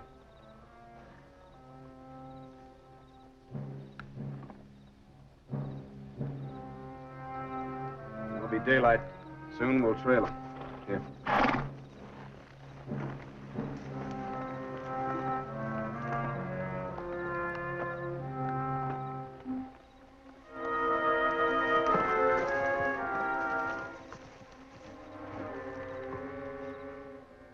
My legs feel numb, Doc. Well, why shouldn't they? I left strict orders you weren't to be moved. I had to. I was scared of her, Doc. You don't trust anyone. Here, swallow some of this. What is it? Whiskey. Now drink it. You reckon Tinkham's gonna make it? I don't know. Both his legs are paralyzed. Where's the money? He's laying on it. I'm gonna find out how bad he really is.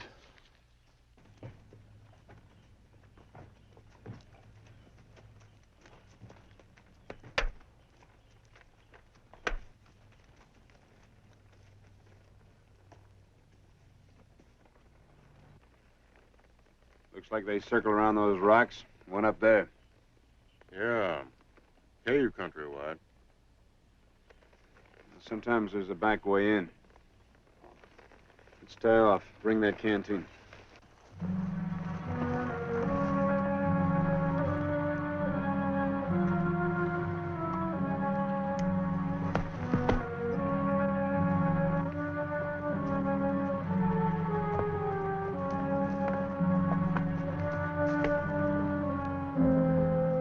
I'm done for, ain't I, Doc?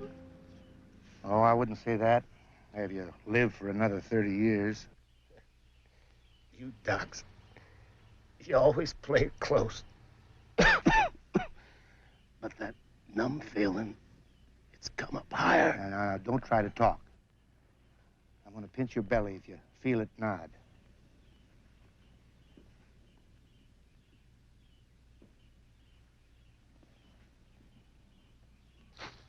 You tell the boys he ain't gonna pull through. We're getting out.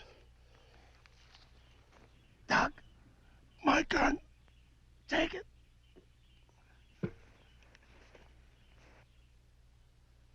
I'm laying on the money, Doc. Pay yourself off. Thank you, no. Look, Doc, we know he ain't gonna make it. Now you stand back. Leave him alone.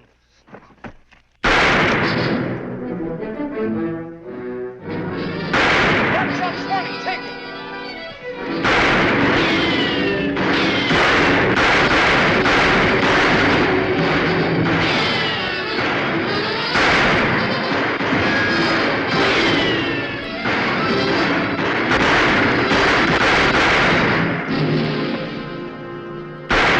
All right, Doc? Yeah, I'm all right, Wyatt.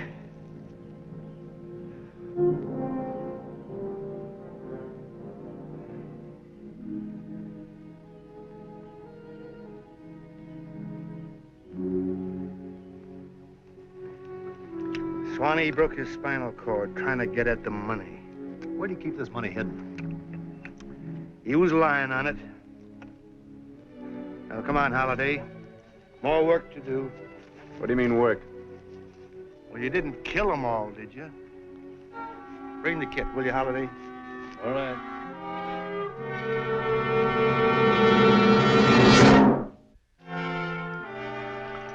There.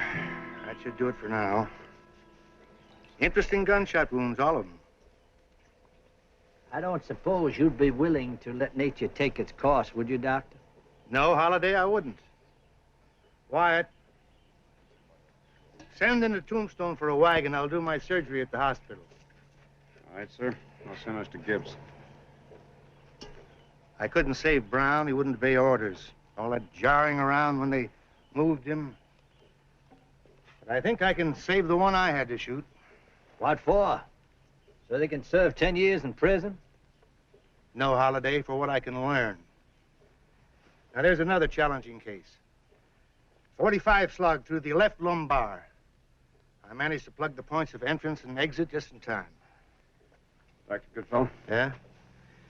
Mr. Thacker thinks we ought to go after those two men that got away. I can't spare Gibbs. Can't spare? Wyatt, I've got 4 patients in need of surgery. What are 2 escaped hoodlums compared to getting these men hospitalized as soon as possible?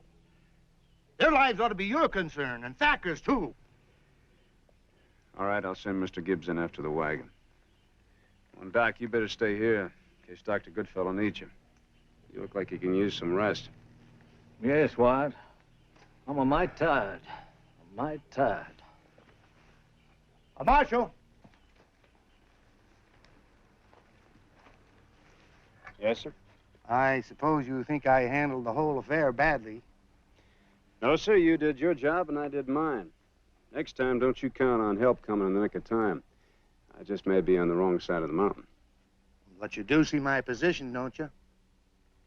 Dr. Goodfellow, nobody understands a surgeon except another surgeon. All the hoodlums dead and wounded aren't worth the life that you risked. But you'll go on risking it. And I wish you luck.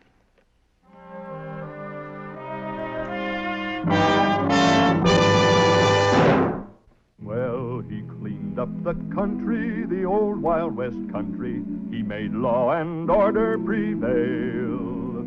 And none can deny it, the legend of Wyatt forever will live on the trail. Oh, Wyatt Earp, brave, courageous, and bold. Long live his fame, and long live his glory, and long may his story be told. Long may his story be told.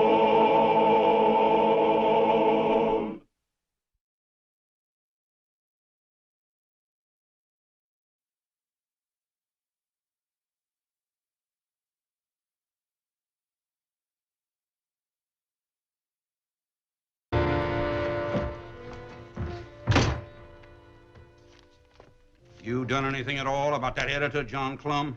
Well, no. He's a newspaper man. He thinks that I don't care what he thinks. Now, he can be put out of business. You're the sheriff. It's your job. The newspaper doesn't have much circulation. I read it, and my boys read it. Supposing some of the wrong people in Washington get hold of a copy. Now, the nugget is on our side. Anyway, one newspaper's enough for a town. You run that fella out of Tombstone. That's easier said than done, Mr. Clanton. What I say, you do. Oh, Wyatt Earp, brave, courageous, and bold. Long live his fame, and long live his glory, and long may his story be told. The Life and Legend of Wyatt Earp, starring Hugh O'Brien. John P. Clum, mayor of Tombstone and editor of one of its newspapers, paid in many ways for his support of Marshal Wyatt Earp and his courageous stand against Sheriff Behan and the outlaw faction. Present-day newspapermen have little understanding of what it meant to run an honest newspaper in Tombstone, Arizona in 1881. Powerful politicians were determined to ruin Clum, force him to sell his paper, or if these tactics failed, kill him. Come on, let's go.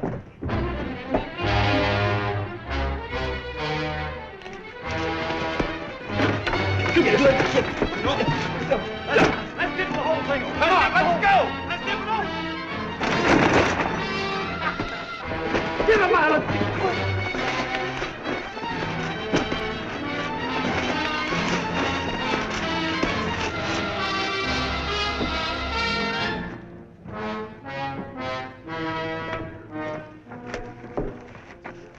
No, you just leave them be, son.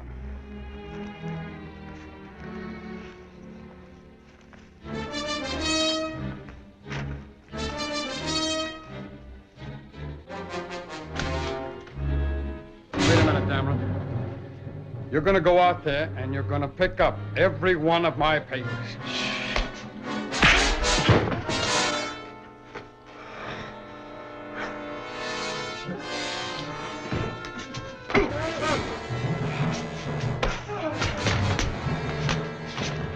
Get out there!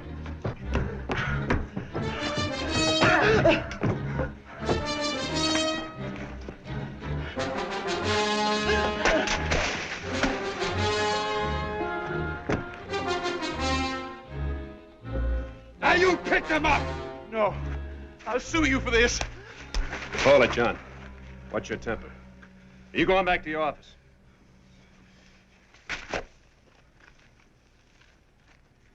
If that Dameron had any brains, I'd kick him out. John, get off the street. All right, folks, go on home.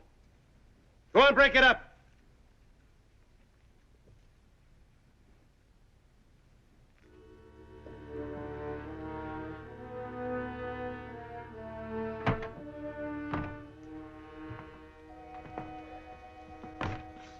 Your boy saved most of the papers. How'd this start? I'll tell you how it started. That Johnny Behan and his Tucson gang are out to bust me. Look, I've been informed that I don't get to print any more of the county legal notices. All that work's going to go to the Nugget from now on. That's rough. What will it cost you? About $100 a month, at least. That won't break you, will it? No. No, it won't break me, not by itself. Look at here. They've started to work on my advertising. Cancellations from advertisers. 5 of them. 5 of them just since yesterday. Now, Dameron couldn't do that all by himself, Wyatt. Johnny Behan has got his orders. All right. What can I do? Well, they'll probably try and smash us up again. Break up the press, burn down the tent. I'll put an extra deputy on guard here. Thank you, Wyatt. Thank you. But this advertising boycott's the rough one. They keep that up long enough, that'd break me. It won't. I'll talk to Miss Nellie and the Citizen Safety Committee, have them talk to the advertisers. The main trouble, John, is that you've got almost as bad a temper as I have. Well, Wyatt, I've wanted to clobber that Dameron for months. He's just a hired hand. Don't waste your strength. You clobber him in print. No, I'm going to clobber Johnny Bean in print, and right now. No, sir. And why not? Because you know that Bean's just itching to sue you for libel. Libel. Let him sue me. Now, take it easy, John. You can't afford to pay a libel judgment along with everything else, right? Of course, you're right. I'll talk to Miss Nellie. In the meantime, you just ignore what happened out there in the street. All right, Wyatt. I promise you. As soon as we get some proof on Bean, I'll be the first one to back you up. Well, thank you, Wyatt. I'm sorry. I guess I blew up out there pretty good, didn't I? Who hasn't? You know, a newspaper can't afford to lose its temper.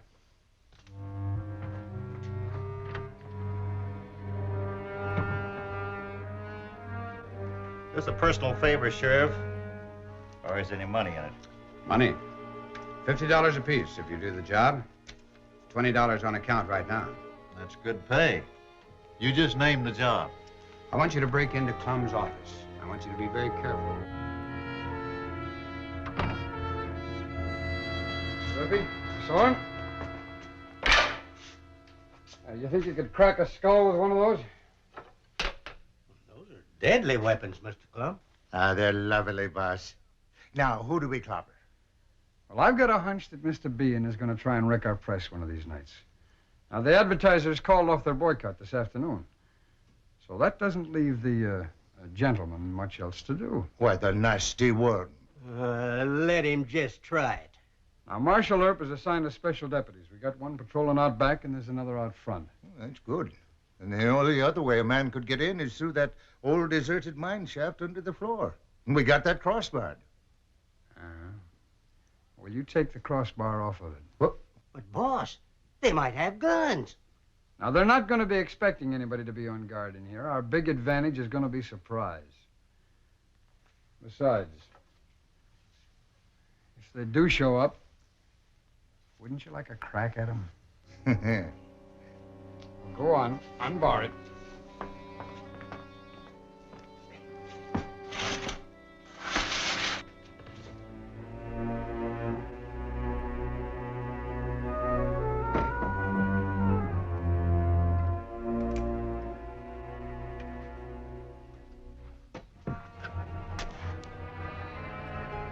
All clear, Tom. Hand the hammers up.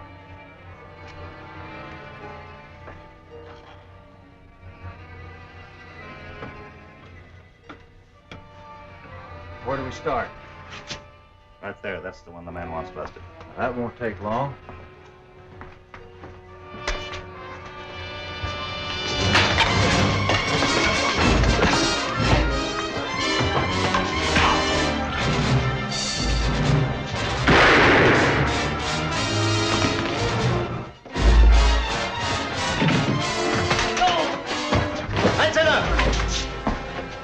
Where's Mr. Clum?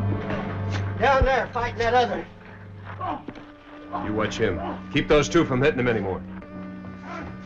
Mr. Clum, hold it.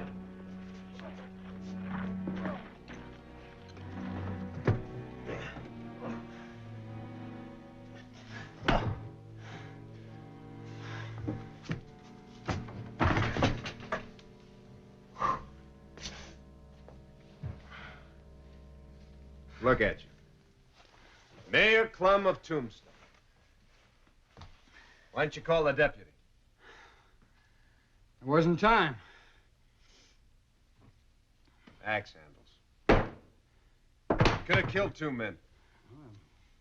Sorry I didn't. When's your wife coming home? She's catching the stage from the railroad at Benson tomorrow. No. You're going to go to Benson the stage and pick her up and bring her back yourself. You take Rappy along just in case. Me? Why me? Now, you look, Wyatt. I happen to be... You happen to be a hot-tempered man with a lot of provocation to go around bashing skulls in. Now, you go pick up your wife. She can calm you down on the way home. You giving me orders, Wyatt? No, just good advice. Shotgun and I we'll say we had to subdue these men. Why? I'm not going to go hiding behind you. You are this time. Your paper happens to be the only way we're going to have honest news around here. Now, you want people to think it's edited by a hot-tempered brawler? No. I see your point, Wyatt. Thanks.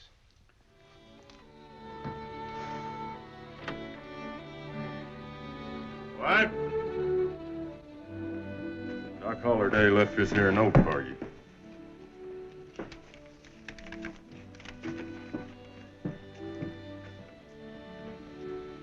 I'm wrong, Wyatt? Doc Holliday seems to think so. Of course, Pete Spence may have been making drunk talk. On the other hand, it could be true. Frank Stillwell is Bean's deputy. He thinks they may try stopping the stage and killing me, huh? They might. I can tell you what you do. You get off the stage, the first water stop, hide in the brush. Mr. Gibbs and I will be along. All right. Howdy, Marshal. Howdy, Mr. McDaniels. Hey, what else are you carrying besides passengers? Why, nothing but Wells Fargo box and a mail sack. I had a tip that you may be stopped down the trail from your first halt for water. Well, in that case, you better ride shotgun. No, that'd be a tip-off that I knew about it. Tell you what, if you are stopped, don't make a fight. I'll be along. You just get a good look at the road agents. You're the marshal. All aboard. Come on, folks. Stage is leaving. All right, honey. You have a good time and take care of yourself. I will. Bye, dear. Bye.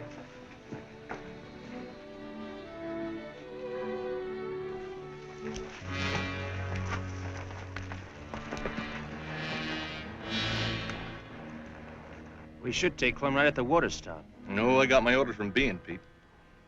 Johnny gets fidgety about deals like this. Newspaper editors ain't supposed to get killed. Now, the blabbermouths should be killed. Yeah, the way you can bury them quick and deep. We'll take them right down there. Is the grave dug? Right over by the cottonwood. Some old man Clanton's boys worked last night. Johnny Bean thinks everything. Well, I'm taking it better now, Frank. Because if there's anything I hate, it's digging a grave on a hot day.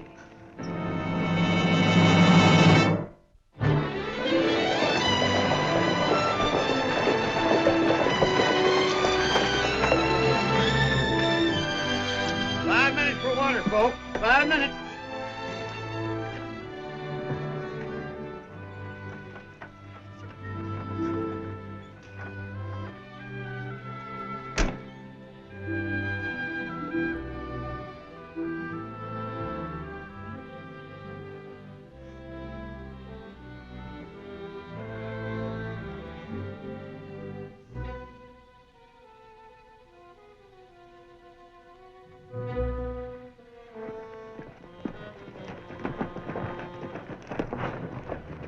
Howdy. Howdy, Musler.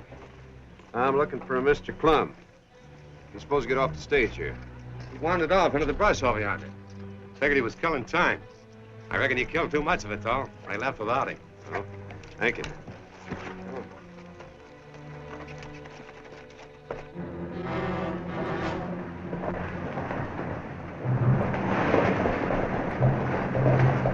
Let's go.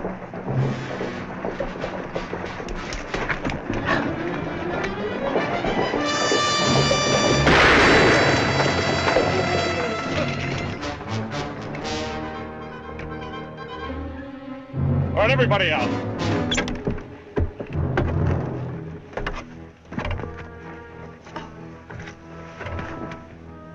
John Clum ain't aboard. But we can still collect some money. Hand down that box.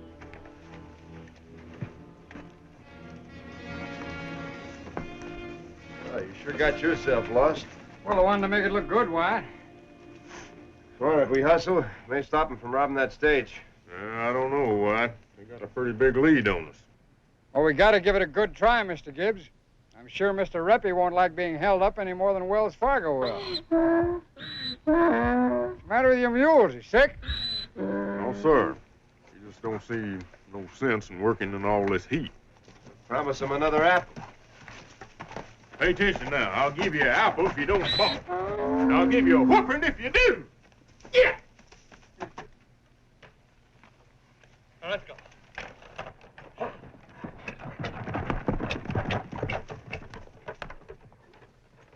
Why, you didn't even fire a shot. What kind of driver are you? They took my watch that was imported from Switzerland. I'm going to report you to Wells Fargo, driver. Now, you do just that. If I'd have fired at him, one of you people would have got shot.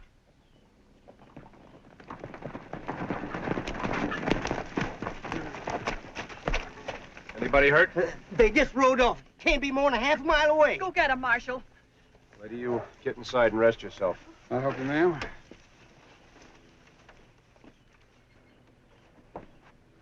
Recognize anybody? Frank Stillwell. He was masked, but he's wearing the same pair of fancy boots I saw him in Bisbee last week. Describe the boots. Well, they were light tan with silver thread stitching. Very fancy. Look here. Heel prints. Stillwell is a Texan. See the Lone Star pattern on those boot heels? Are you sure it was Frank Stillwell? I take an oath on it. What? Now we've got him. Bean's own deputy robbing a stagecoach. No, sir. What do you mean, no, sir? I haven't caught Stillwell or the man that was with him yet. Well, now, Mr. McDaniel's word is good enough for me. Well, now, you're not going to print that. Well, I certainly am, White. It's a story I've been waiting for. Now, you just stick to arresting Stillwell and let me publish my newspaper. You better go slow, Mr. Clump. You just read page 1, Wyatt. Hey, boss, what about me? You go on to Benson, Reppy. Meet Mrs. Clem and see that she gets home safely, you hear?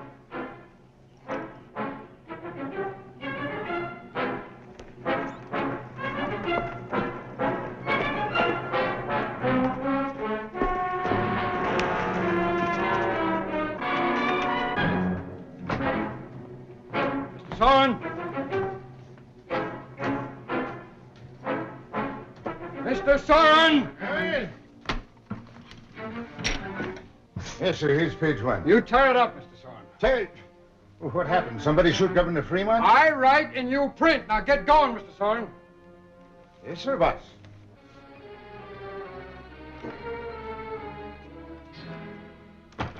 Wyatt, have you seen this? Yes. What can John prove what he wrote? Well, I don't know. Bean's going to sue. Judge Spice will be here tonight. Doesn't give me much time. But he can't afford to pay a judgment. We all tried to get him to hold on to his temper. This means he'll lose the newspaper, doesn't it? Probably. Unless I can find Frank Stillwell. Stillwell, is that the deputy that he wrote about? Yeah. He just came into town not half an hour ago with Pete Spence. You sure? They pulled up in front of the Birdcage Saloon. Excuse me. Well, it appears to be in good working order to me. What about a drink, Shotgun? Yeah. Give me the usual sarsaparilla. And put a right smart ice in it, will you? You bet. Want one for Roscoe, too? No, not today. He's got the colic. Is Roscoe another one of Earp's deputies? No, he's my mule. You trying to make a joke? I don't joke about Roscoe. I wouldn't take it kindly if you used to make small of him, mister. Lay off, Pete.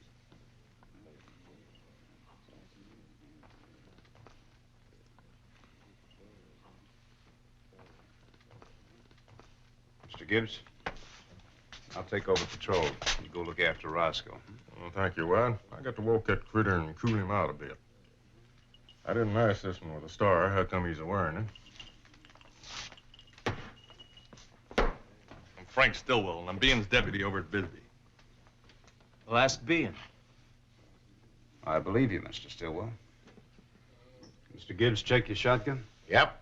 Like to have some ice water, Marshal? No, thanks. I gotta hustle along. You seen you, Mr. Stillwell? Sarsaparilla and ice water. Shut it. We're in the clear. We keep it that way. Criminal libel, that's what it is. Yes, but Sheriff Don't Bean... yes, but me. Now, you go draw up the papers. You know what I want you to do. Get out, Bates.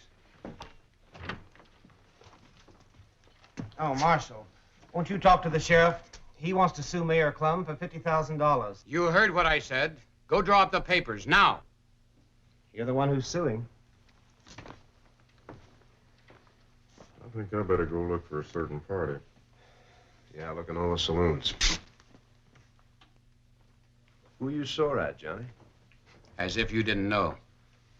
Well, now, if I were you, I wouldn't sue Mr. Clum. He just might prove it on you. No deputy of mine is a stage robber, and I didn't plot to murder Clum.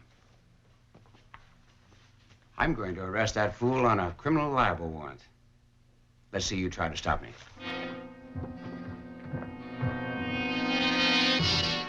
This defendant willfully, maliciously libeled Sheriff Bean.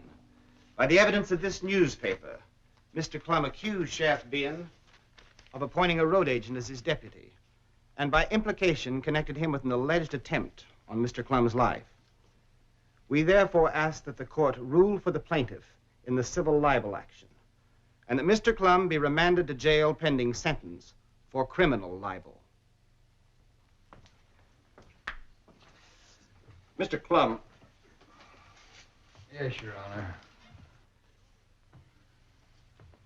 The only defense a newspaperman has against an action of this kind is to prove that his newspaper told the truth. Now, do you have any evidence to support your charges against Sheriff Bean? Well, I haven't had time to verify all of my evidence, Your Honor. Sheriff Bean arrested me just this afternoon. However, Marshal Earp is working on the case right now. He has no proof. He printed lies. Lies! Sit down, sir. Now, Mr. Clum, a newspaper has no right to accuse anyone of a felony unless it is prepared to offer substantial proof. Now... The court, please. Yes, Mr. Earp. This is Mr. Frank Stillwell, appointed deputy sheriff by Sheriff Bean. At the robbery today, I saw prints of these heels. Mr. Clum, Mr. Gibbs, and I can testify as having seen the prints. This gentleman here will testify that he changed these heels for Mr. Stillwell. Mr. Stillwell is now wearing low heels, new ones, as the court can see. Sheriff Bean, Mr. Earp has produced strong circumstantial evidence that your deputy, Mr. Stillwell, did take part in that stage robbery. A pair of boot heels. More than that, Your Honor. I can produce Levi McDaniel, driver of the stage. Mr. McDaniel is prepared to positively identify Mr. Stillwell as being at the robbery. I can't help it if one of my deputies goes wrong. You appointed him. You even defended him until the weight of evidence began to frighten you. It is the advice of this court that you drop your charges against Mr. Clum. If you take this case before a jury, you may be found guilty of collusion, and a charge of malfeasance in office would then be in order. Now, what do you say? I'll drop the charges.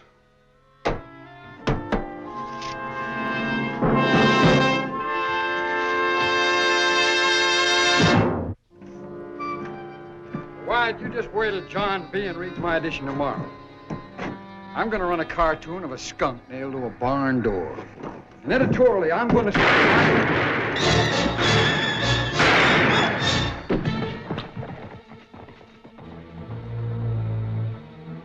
Editorially, you were going to say?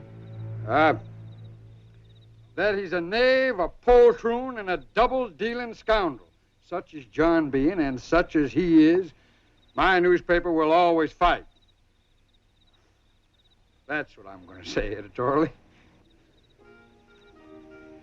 John Clum, fighting editor. Well, he cleaned up the country, the old Wild West country. He made law and order prevail. And none can deny it, the legend of Wyatt forever will live on the trail. Oh, Wyatt Earp, Wyatt Earp, brave, courageous, and bold. Long live his fame, and long live his glory, and long may his story be told.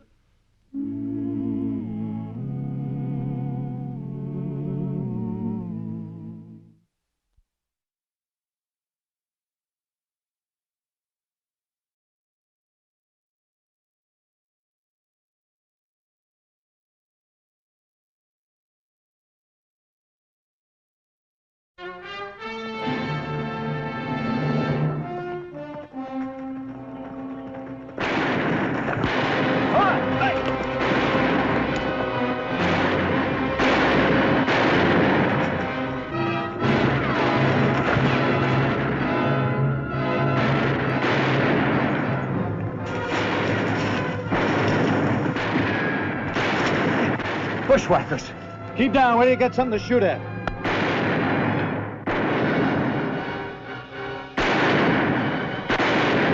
They dropped real good. Come on. Oh, Wyatt Earp, brave, courageous, and bold. Long live his fame, and long live his glory, and long may his story be told. The Life and Legend of Wyatt Earp, starring Hugh O'Brien.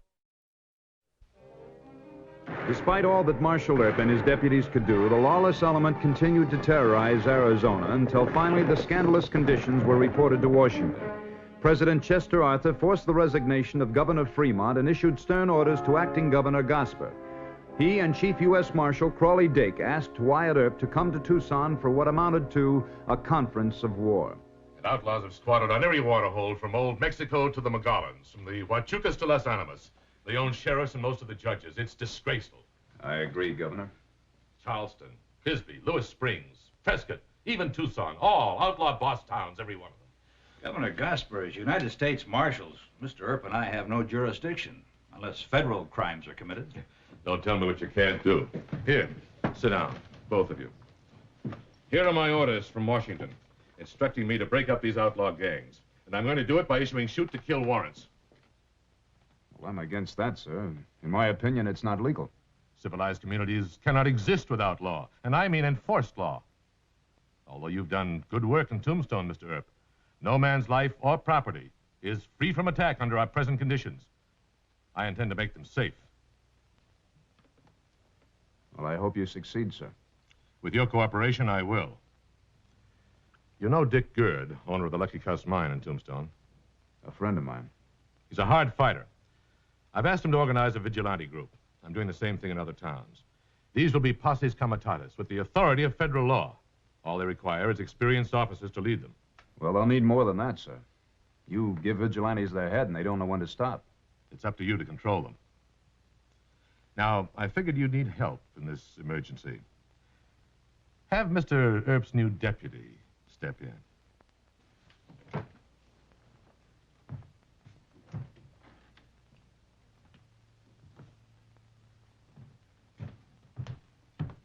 Howdy, big brother. Morgan. Hey, how come I didn't know that you'd sign on as my deputy, huh? Figuring you'd say no, I didn't give him a chance to tell you. When Mr. Dake explained the situation to them, your brothers agreed you needed help.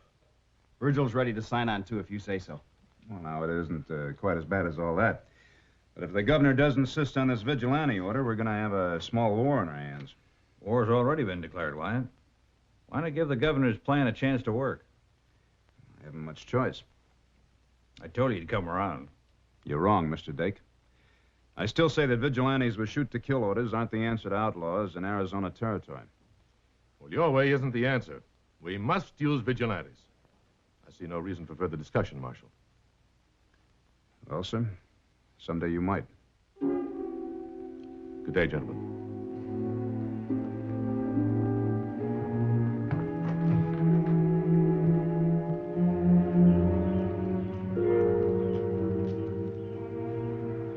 First talk to the governor, wasn't it? When a man's wrong, I tell him. Shame to obey orders. Mount up. It's a long ride to Tombstone.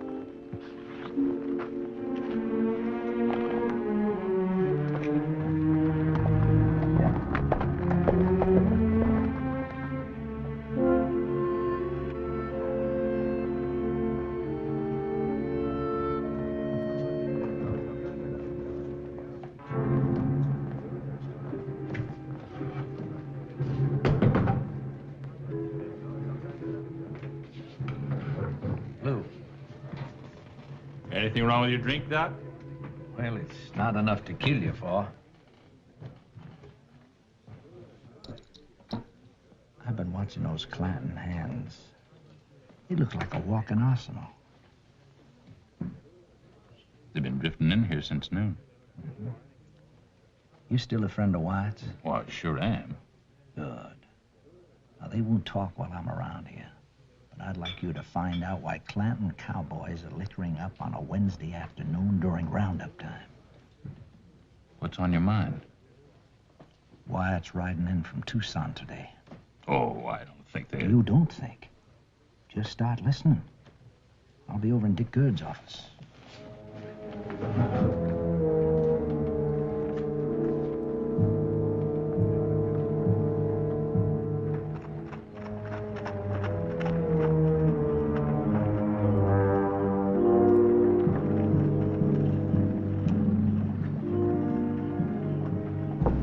Come on in.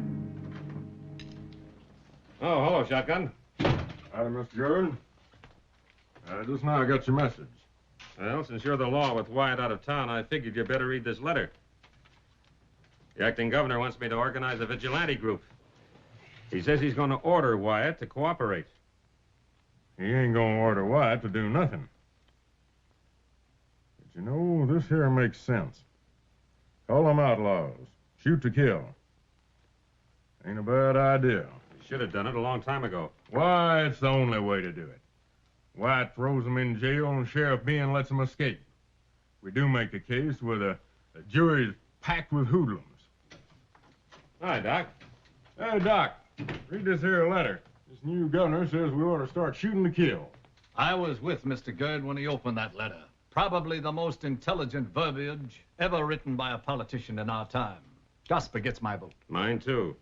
And when I'm through passing the word, we'll have the fightingest vigilante posse in the territory. Doc, you guessed right. As soon as you left, those fellas hightailed it out of town. Clanton issued orders to ambush Wyatt on the trail. Bushwhackers? How many? It's hard to tell. There must have been a half a dozen at the saloon. They'll most likely join up with the Clantons outside of town. If old man Clanton's given the orders, you can be sure of it. Well, let's get started. Give me 10 minutes to round up a posse. They'll be our first vigilantes.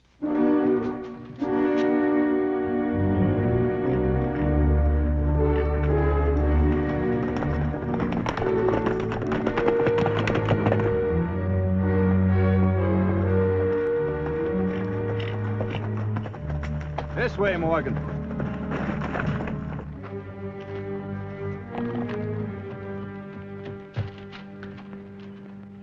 We taking a shortcut? I don't ride open trail in Clanton country. With enough vigilantes, we could kill all the Clantons. Make every trail in the territory safe. I never have approved of vigilantes. The governor does. Well, I think he's wrong. This is war, Wyatt. You've got Tombstone pretty well in hand. But the Clantons and the 10% ring still run the rest of Arizona. I say shoot them out of the saddles. You won't shoot to kill anybody as long as you're my deputy. And you remember that.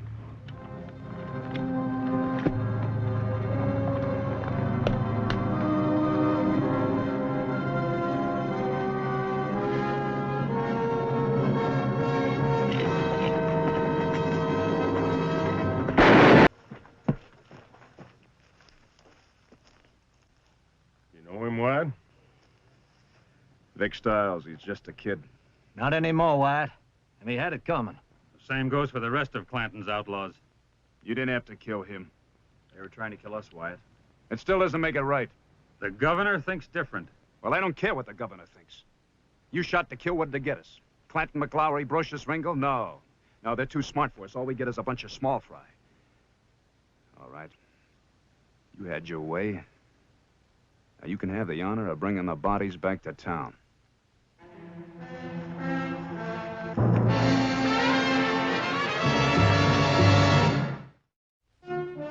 Wyatt, nobody agrees with you. Isn't the first time. You want to add the vigilantes to your list of enemies? They all took a chance of getting themselves killed out there this afternoon. Don't you think you at least owe them a word of thanks? I'll thank them. But not for taking the law into their own hands and killing every man out there. The governor asked Dick Gird to organize the vigilantes. He was right. Look, if Gosper wants to stop outlaws, let him issue legal warrants against Brocious, Ringo, Old Man Clanton, and the rest of his hired guns. I'll bring them in, dead or alive, instead of this wholesale killing.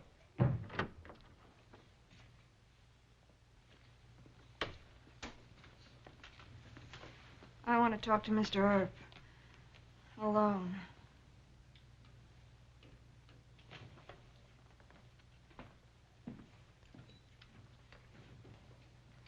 Won't you sit down, Miss Craddock?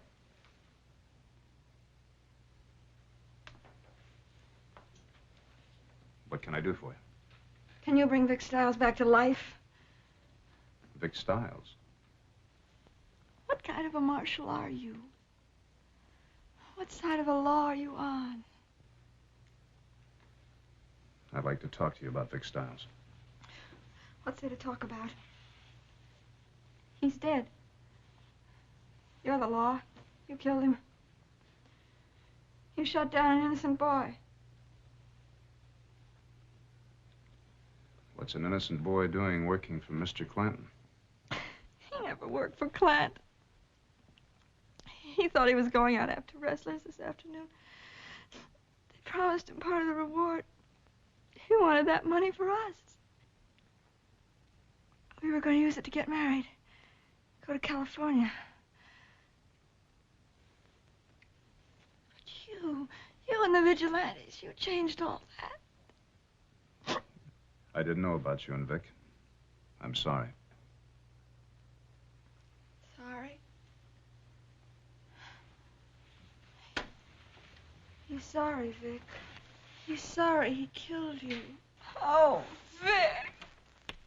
Vic! Miss Helen?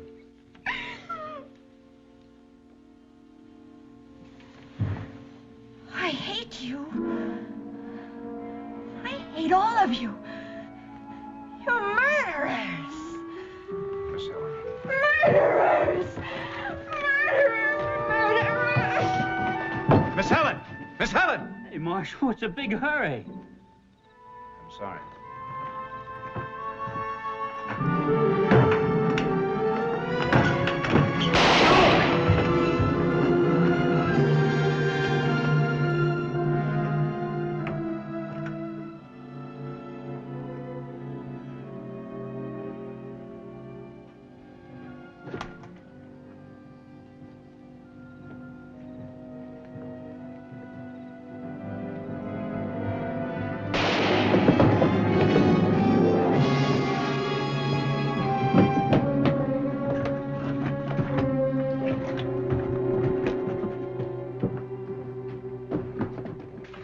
I'm all right, White. I'm all right. Yeah, I know you're all right. Just sit down and let me take a look at it. Boy, you're lucky. Just grazed you. I'm all right. Who was it? Some gal took a shot at me. What happened, White? Close that door.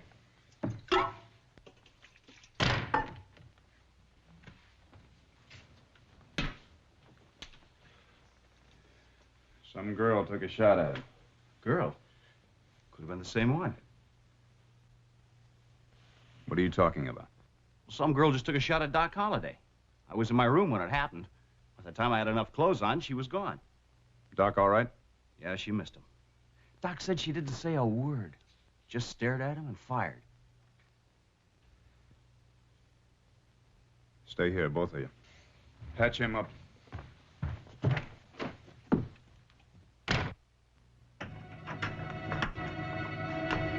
Oh, Miss You let the vigilantes. Shot and killed Vic. Just the way I killed Doc Holliday and Mr. Gibbs. Just the way I'm going to kill you.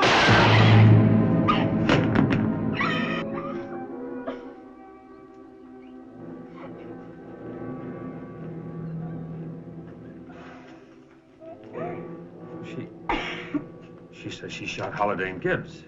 She shot at them. Oh, Vic. Vic who?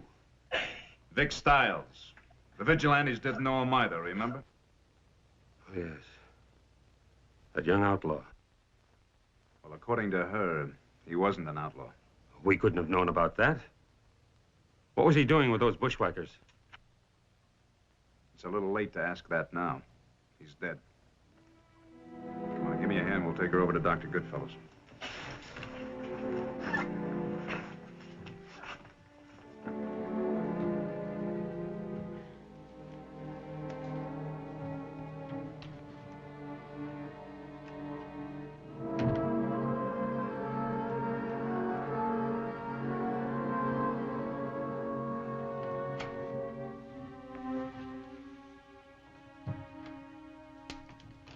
Well?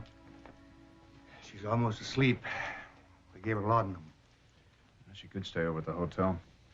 No, she may still be in shock in the morning. She's better off here. I would sure like to be facing Gosper when he hears what happened. Shoot to kill. It's an awful thing. Yeah, it sure is.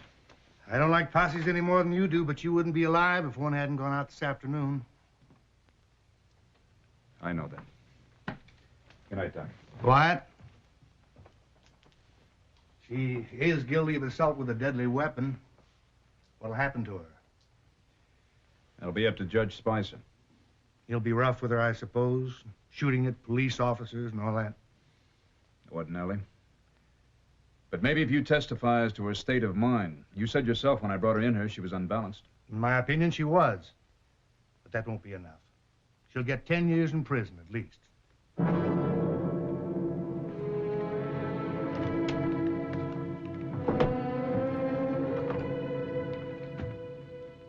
My bet is 10 years and no parole. Well, maybe you're right. We can't deny she did it any more than we can deny the vigilantes killed young Stiles. It's not fair, Wyatt. The vigilantes didn't realize. Well, that's just what he's getting at. We shouldn't shoot to kill unless we got proof. Bushwhacking the United States Marshal is against the law. That was proof enough. Was it, Doc? Was it? Well, maybe if your vigilantes hadn't been so eager, that boy could have explained why and how he just happened to be there. Then a court of law could decide whether or not he should die for his mistake. Let up, Wyatt. Everybody feels bad enough without you harping on it. Oh, I want him to feel bad. I want him to feel real bad.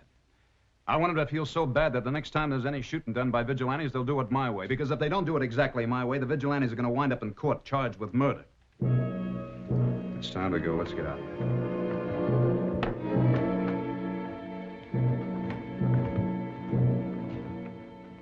In my opinion, Your Honor, the young lady was hysterical with grief. I don't think she could distinguish right from wrong.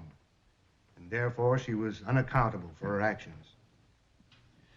Are you suggesting temporary derangement, Doctor? I would call it that, yes. It seems to the court that Miss Craddock wanted vengeance and behaved with logical and deliberate malice. She tried to kill Dr. Holliday and Chief Deputy Gibbs before she threatened Mr. Gurdon.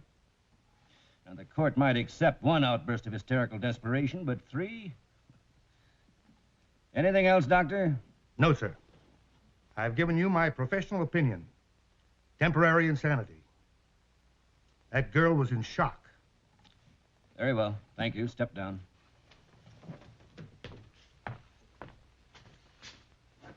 Marshal Earp, do you have any further evidence to present? If the court please. I have here Governor Gosper's official order to Mr. Gurd. I think the court should read it. Very well. I call Your Honor's attention specifically to the shoot-to-kill order. Illegal. I agree with the court. But the posse who rode out to help my brother and me were acting on that order. In my opinion, a great deal of unnecessary killing was done because of it. The slain hoodlums were bushwhackers, Marshal. Vic Stiles was not a bushwhacker. How's that? Mr. Stiles worked for the Craddock family as a cowhand. He was discharged because of his attentions to Miss Craddock. Being a newcomer from Texas, he hired on with some of the Clanton's cowboys, unaware of the fact that they were outlaws and meant to kill my brother and me. Can you prove that? I saw Mr. Stiles in the fight yesterday afternoon, but he did not shoot at us. As a matter of fact, he tried to stop the shooting, and he was wounded by the outlaws for his efforts on our behalf. When he tried to run away, he was shot down by the vigilantes who were following Gosper's orders to shoot to kill. I see. I asked the court to weigh very carefully what Dr. Goodfellow said about Miss Craddock's state of mind. The man she loved, expected to marry, was killed ruthlessly and without justification. How Vic Stiles was killed is not an issue in this trial, Marshal. I beg your pardon, sir. I believe it is. Because of the governor's order, the vigilantes took law into their own hands. And the respect for the law is the bigger issue here. Therefore, this court should disavow the order to shoot to kill and should rebuke Governor Gosper for it. That is a matter for the federal courts to decide, not this one. then at least this court can show leniency for Miss Craddock. Marshal Earp, I do not need your instructions on my decision. Yes, sir. This court is recessed for 10 minutes.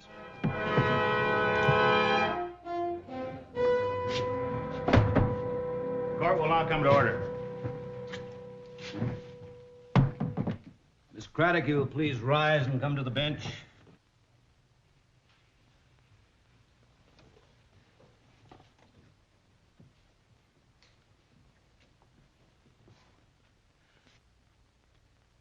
Taking the law into your own hands, seeking the death of another person, even to avenge what you felt to be a murder, is a very grave offense. And not excusable because you're a woman. If you had succeeded, 3 men would be dead. And your tears could not change it. The court has taken into consideration Marshal Earp's testimony relative to your youth and the extreme provocation. Also, Dr. Goodfellow's as to your state of mind. It is the finding of this court that you are guilty of assault with the intent to kill. You are sentenced to 6 months in prison.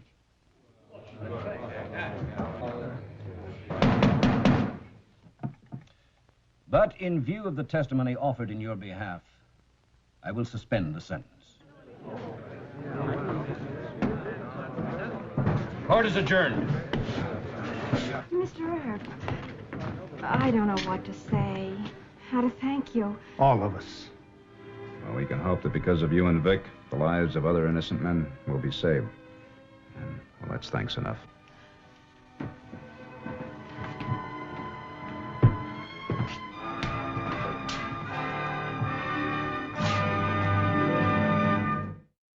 Well, he cleaned up the country, the old Wild West country. He made law and order prevail.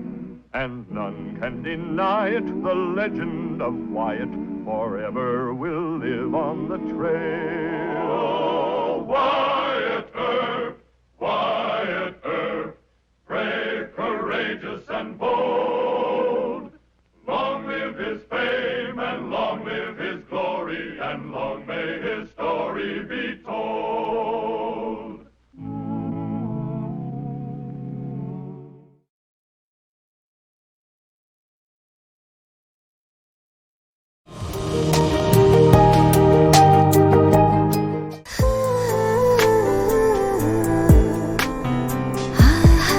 আপনি কিন্তু দেখতে যথেষ্ট সুন্দরী একজন মানুষ, দেখতে বেশ romantic,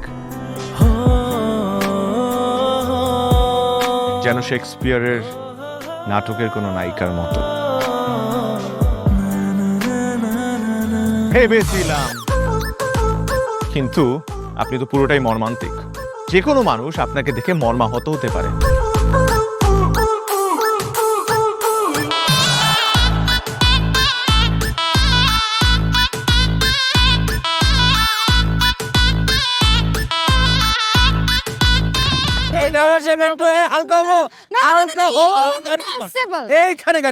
আমার হালকা হতে 1 মাস সময় লেগেছে। আপনার 1 মাস সময় লাগে? আমার হালকা হতে তো 1 মিনিট লাগে।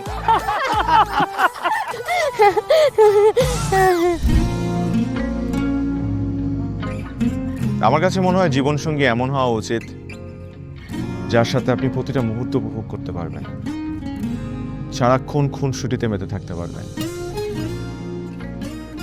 এবং তার মনে এমনভাবে বসবাস করবেন যে আপনার দিকে সে একটাবার তাকালেই বলে দিতে পারবে যে তার বেঁচে থাকার কারণই আপনি। পথে চলতে চলতে, কথা বলতে বলতে, কখন যেন হলে আমার। জানি গল্পে গল্পে মিশে অল্পে অল্পে আমিও হয়ে গেছি তোমার। ছোট ছোট ভুল ফুটে হলো ফুল যে তোমাকে পেলাম। গুটি গুটি পায়ে স্বপ্নের নাই আমি ভেসে গেলাম। আপনি কি মনে করেছেন একজন মানুষ আমার জীবন থেকে চলে গিয়েছে এবং আপনি সেই সুযোগটা কাজে লাগিয়ে আপনার ফিলিংসগুলো আমার কাছে এক্সপ্রেস করবেন? আর আমি সেটা হ্যাপিলি অ্যাকসেপ্ট করে নিব। এই হচ্ছে আপনার বন্ধুত্বের নমুনা। রোদের পাখি তোর শহরে আমার মনের স্বপ্ন ঘিরে ওরে পাখি ওরে সারাক্ষণ তোর শহরে বৃষ্টি হলে ভিজে আমার মন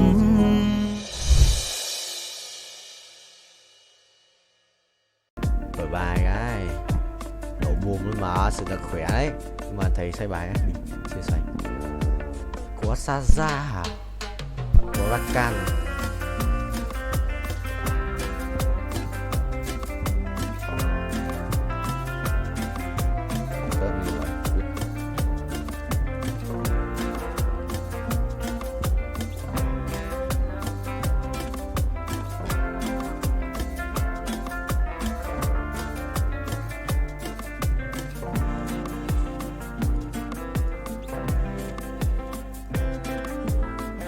đúng vậy. Át này, binh. Xong. Là át luôn mà. Sao có xin ra ấy, nhưng mà anh giấu dùng rồi.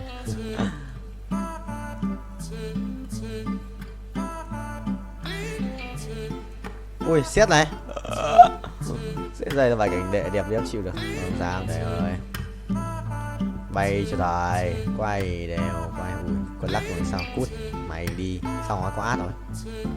Thằng này đánh bài va vẫn. Sao ra còn bài đẹp phết. Định mạnh cái xét này, ui, bình điết.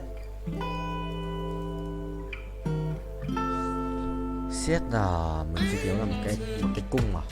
Cung một con Kizana hoặc là một con Nautilus. Lấy cái thú tượng để cho in nào. Bắn cung không? Bắn cung lấy đồ cho át trước khi thầy. Ui, rồi xong nhặt nhầm đồ. Ha ha. What the hell man. Nhặt nhầm đồ. Thế mà cũng đòi lái xe. Đùa tao à? Đùa tao không vậy. Thế mà cũng một cộng một ending chôn bố không?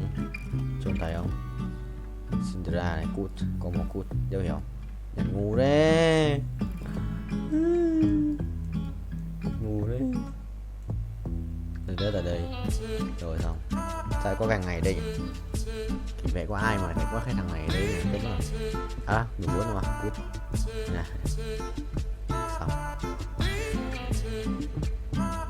Chịu rồi, nhặt nhầm đồ lúa tắc ngủ nó máu nhỉ.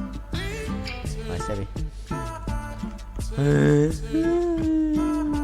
Thầy ơi, không ai nhận được cái gì. Cho nhận không? Ở đây. Vòng quay may mắn, vòng quay vô cực. Anh 2 vòng à? Quay đều ra cái pet đổ ai đi, ra cái pet đổ đó. Đi ra qua. Đi quay được vào pet Omega. Chịu rồi, tí vào lừa tao. Đi qua mà chôn, lại đi qua. Chôn tố bố. Đi chôn tao không? Đi xin à? Đi xin chuẩn không vậy? Rồi xong, bình. Xong, thắng. Không thắng. Suýt thắng. Quả phép bắn được phết nhưng mà suýt thắng thôi. Thầy bay tốc độ cao ấy. Bay tốc độ cao luôn. ভালোবাসা সুন্দর, ভালোবাসাও সুন্দর। মানুষ নিজের অজান্তেই ভালোবেসে ফেলে।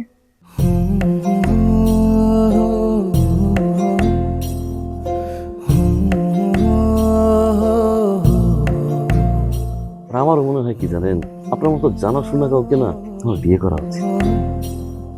এটা কি উপলক্ষে? ম্যাডাম, ফুলটা গ্রহণ করুন, তারপরে বলতেছি।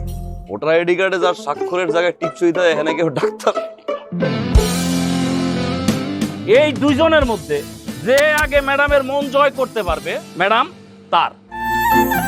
একদিন না দেখলে তোমায় বন্ধু আন্ধার লাগে সব, তোমার এই প্রেমে এমনই টান। রোগীদের তো ডক্টরের কাছে আসলে ব্যথা কমে যায়, আপনি তো উল্টো হলো কেন?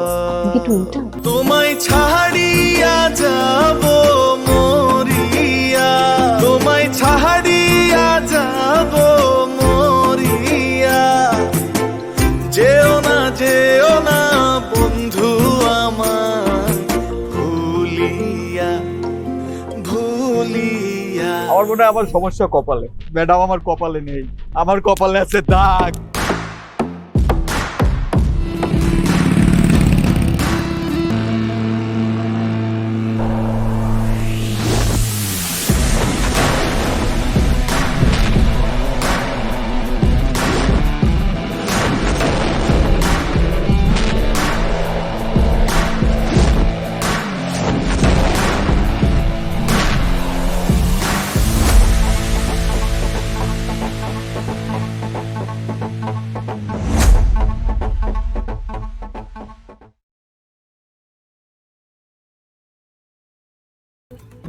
Mày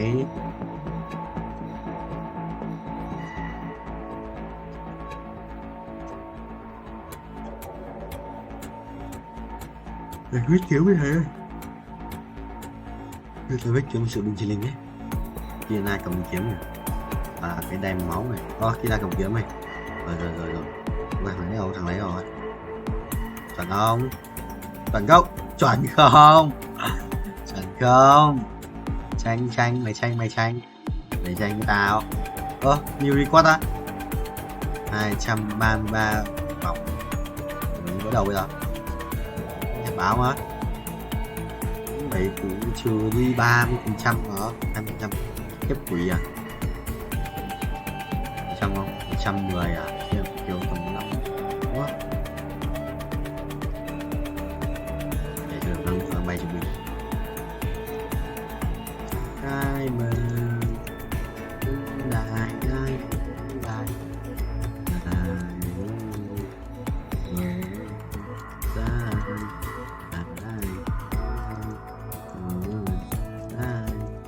ai mày người vào nè rồi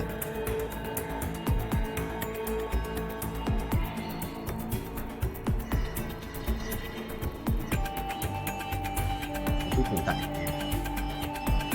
wow một tỷ lắm 50 rồi khoảng là bao nhiêu nhỉ? 2 thì tính à? 5 thì bỏ 250.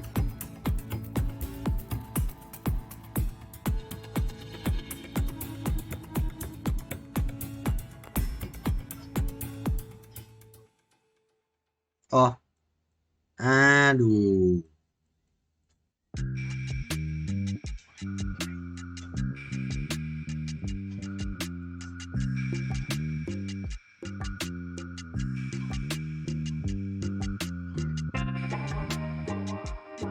Mày được không? Mày ghê 250 muốn năm nay của ông thầy 29 này 12 và 16 17 5 6 7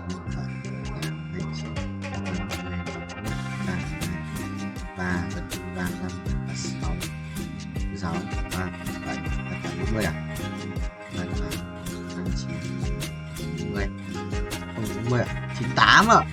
98 này phải bay một thanh rồi.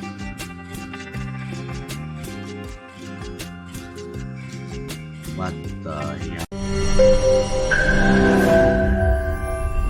তোমাকে 15 লাখ টাকাই দিতে হবে। তুমি যদি দিতে না পারো তোমার বাবাকে কল দাও। তোমার যত জমি জিরাত বাড়িতে যা যা আছে এগুলো বেচা হইলেও তোমরা আমাদের টাকা পাই করে শোধ করবা।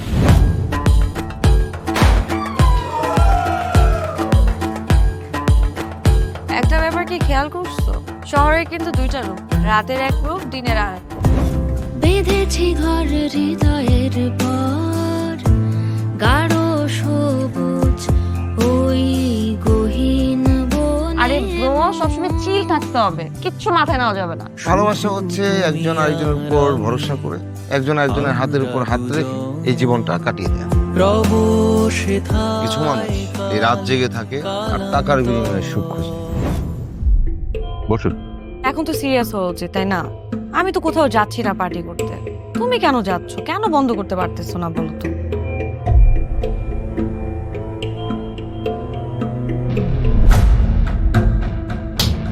কার যে কোথায় সুখ সেটা তার প্রিয় মানুষটাও কখনো জানতে পারে না। পাশাপাশি তবু যাচ্ছি বিপরীতে, কাছাকাছি তবু যাচ্ছি বহু দূরে। Hi, you look good. Thank you.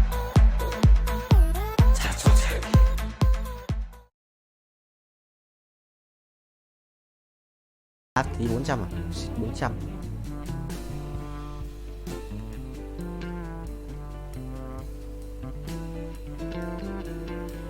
Đây kiếm thêm năng lượng này.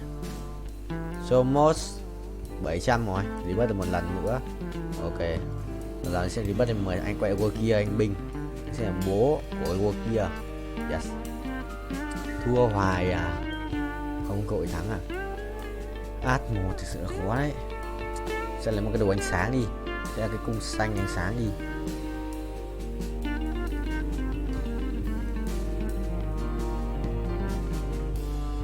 Hai cái giảm yếu hai bên nhỉ. Thôi cái phải đang kéo một cái vùng đầu.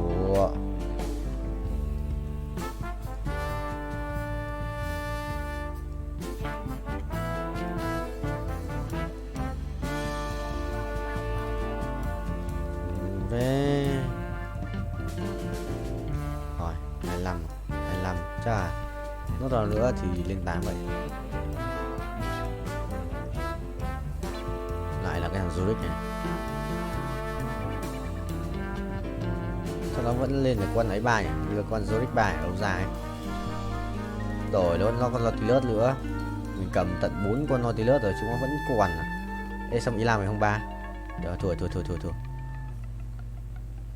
không? Thua à. Ok rồi, đi rồi. Top mấy đây? Chưa đi, sắp đi. Anh đi xa rồi, anh không lái xe nữa, anh đắp mộ rồi, không thể nào rai khát được. Khóc U Linh à. Em phải cút. Cút đi.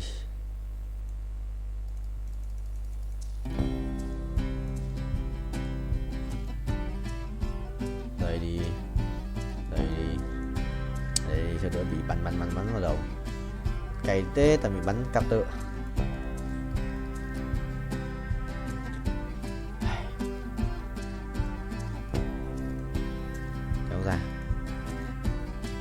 Kéo ra xì ra.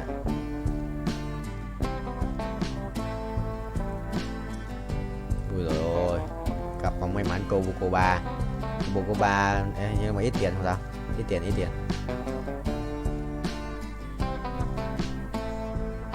Tích xong rồi bao nhiêu máu? Có 5.000 máu rồi mà. Chắc thế. Bế mày.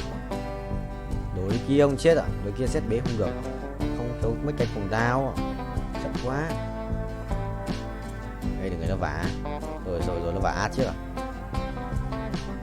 Mày tí thua.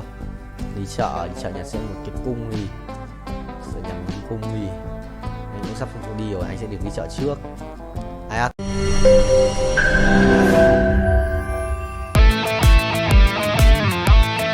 দরকার পড়লে একটা রিকশাওয়ালাকে বিয়ে করবো, তারপরে তোকে বিয়ে করতে। তুমি যদি মরো যে আমি তোমাকেই বিয়ে করব। দেখো বিয়ে এত সোজা। 5টা কন্ডিশন। কয়টা? 5টা। আমি জেডি সাফায়েত রমরাজন। স্যার এটা তো ভোটার আইডি কার্ড স্যার। বাড়িতেই করবেন নাকি হোটেলে? না আপনি যেমনটা ভাবছেন বিষয়টা তা না। ভাই আপনি তো করবেন। তোমাকে দিয়ে হবে না, আমি জানতাম। শুধু সময় নষ্ট করো না। ভাই আপনি তো অনন্ত দলিল না যে অসম্ভবকে সম্ভব করে আপনার কাজ। জিমি কি হচ্ছে? আচ্ছা আঙ্গের একদম বইরা দিমু। যাচ্ছে সব বাইট কর। শর্ত দিয়ে বিয়ে। ভাই যে বয়সে মানুষ গার্লফ্রেন্ডের কামড় খায়, সে বয়সে আপনি কুত্তার কামড় খেয়ে হাসপাতালে ভর্তি হয়েছেন।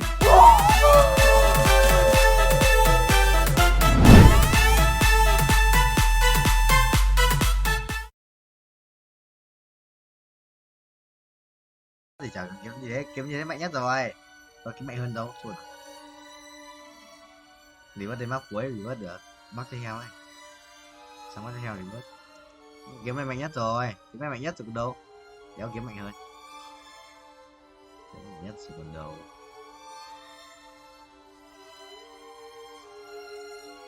Lupa. Lupa. Một lupa. Nót không.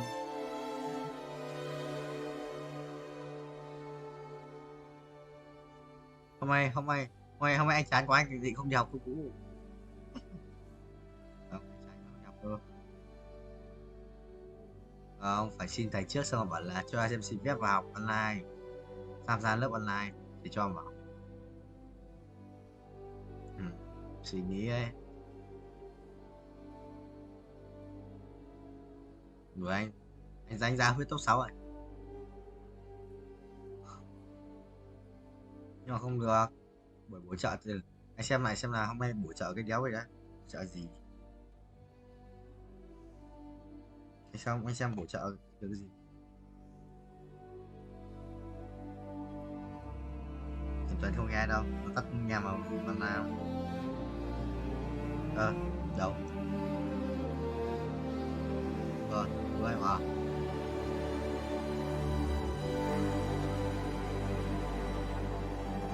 không được Vũ ơi, sụp tự nhìn phát chu ấy. Được. Bây giờ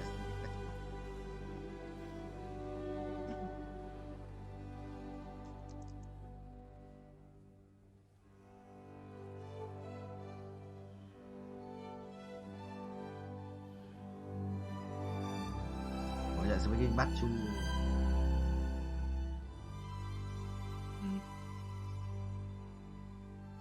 Nó hỏi về át thì nó đi à?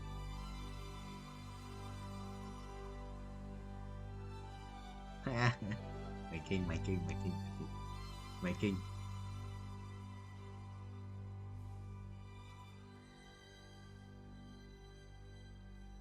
Thôi Nam không được làm. Thôi Nam gì.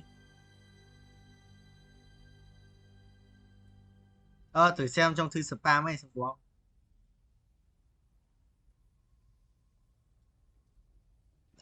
Thấy chưa, thầy bảo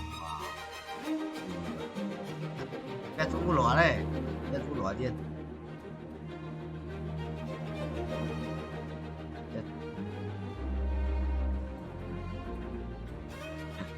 Công mà chán quá.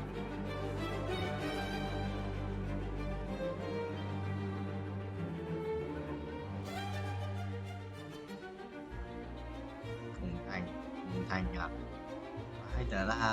Ai là Phùng Thanh Độ cơ, phải Phùng Thanh Độ.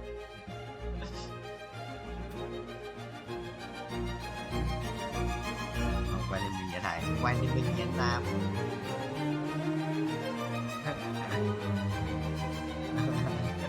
Vũ tiền rồi.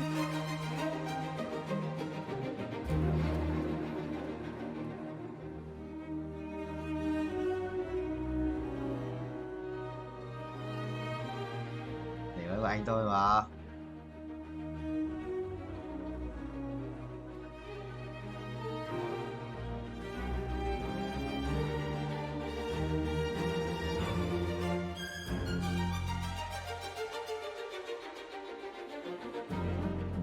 Mấy quàng áo à?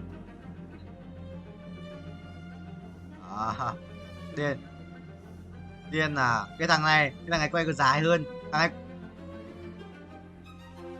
Cái thằng này còn quay còn dài hơn cái thằng đầu tiên quay cùng anh cơ. Thằng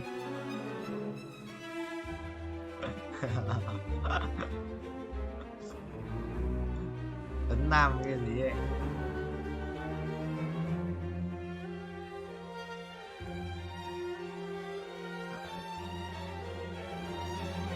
Không bị vết là xong rồi.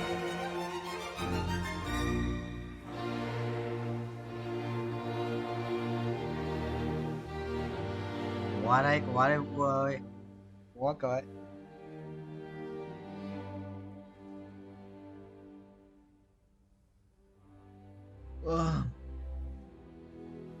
Tập tới sau chắc bị đau Vũ ạ. Nó xong ngủ dậy. Rồi xong ngủ dậy không bị đau.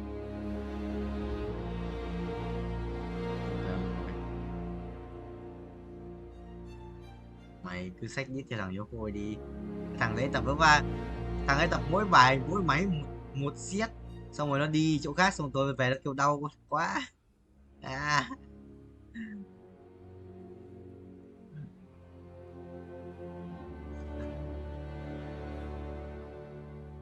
Mày nhót. mày mày cứ đi thằng yêu khôi. Ôi kìa, không phải.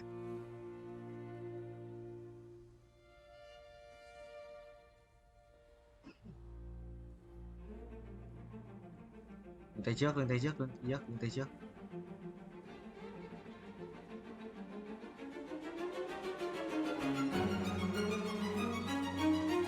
Mày bảo là lưng tay sau bởi vì mày thấy lưng cả tay sau là ở sau phải không?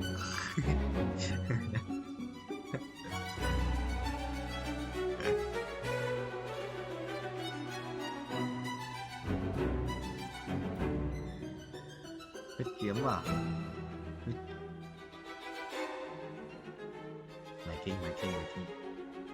Gà đen à?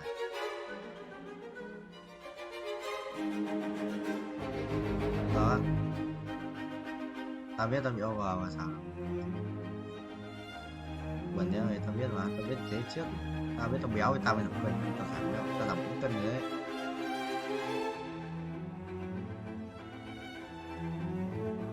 Nhầm không phải, nhầm vậy bro.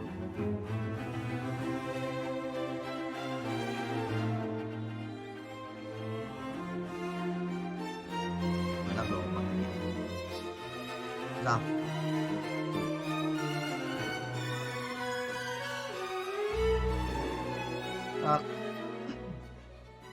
Vì mất thì danh hiệu của đéo gì nhỉ? Danh hiệu đâu mày? Đấy, daily tôi có tời heo, mai sẽ được có OP tiếp à? Danh hiệu ở đéo đâu? Sai sổ à? À đây đây. Vua X252 block 9.000 block, coi 3 tỷ 2. Anh quỷ vương với lobby nè.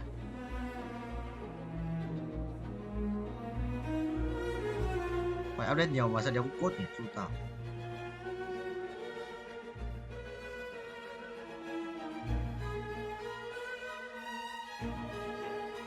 Cái gì? SMM. Đi con mẹ mày. Đi con mẹ.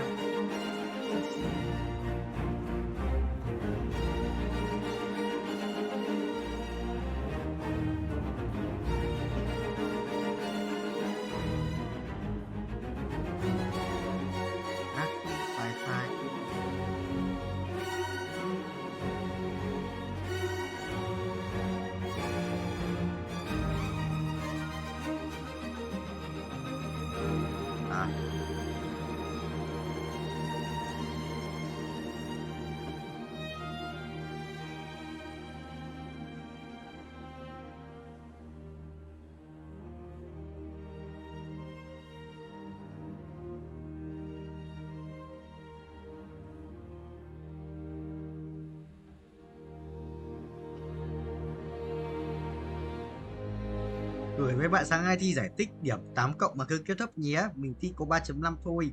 Còn chưa kêu 8 cộng kêu cái gì hả? Là tao được có 8 điểm. Tiếc. Thì đưa mình này ở đó mà chê. Là như thượng đẳng lắm. Chắc thấy phòng toàn 3-4 xương lắm nhỉ. Kinh ác. Mấy cái thằng mấy cái thằng 2 này. Thằng đang nói là cùng khóa yêu cùng khóa với cả yêu béo hả? Đó, không nói thế chúng mới đi thôi.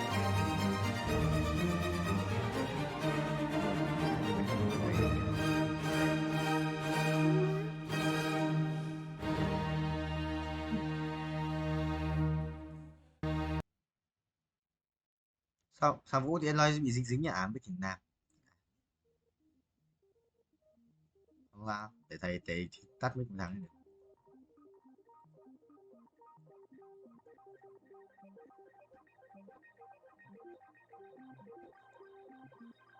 Em quan.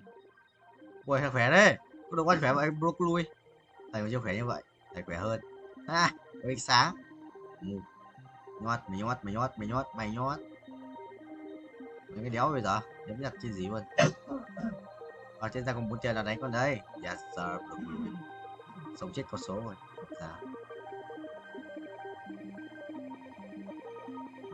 Bảo Nam về quê vắt gì xong rồi lên xem có sao.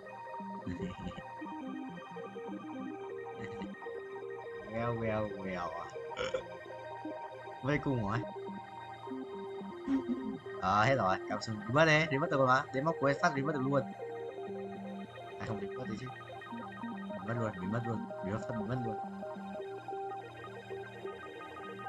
Hôm tao đánh đến mãi không đi thầm đi bớt này, tao đánh 50 tỏi tiền đéo đi bớt, rồi sau đi bớt thì không. Em gì, bao nhiêu tiền trả đếm đéo rồi sau phải đi bớt hết.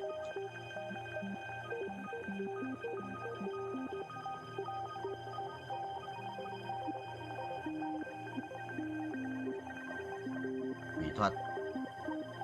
Đang có minion này.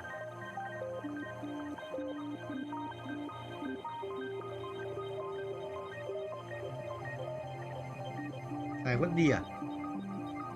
Có một thằng chụp ảnh vứt đi vào trường cấp 3 đéo nào lo lắng là đéo hiểu thằng áo nào tự dưng vào trường tâm nghịch anh em ạ. Tìm thằng này giống vứt đi cực, đéo biết phải vứt đi không? Giống anh cứt.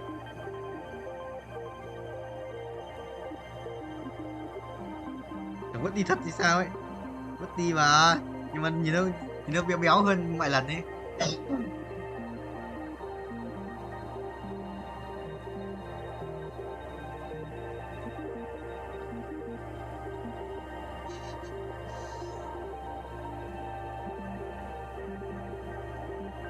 Dạo ở trên thread thì có mấy cái trên là cứ đăng giới thiệu bản thân cái thứ ấy, xong toàn mấy thằng gay đăng. Nếu biểu nghe thằng gay làm nhớ gì này. Nó cứ đăng là mình một biết bao nhiêu ấy, đăng 1 tỷ cái giới thiệu bản thân ra ấy, xong rồi thích con trai với cả bisexual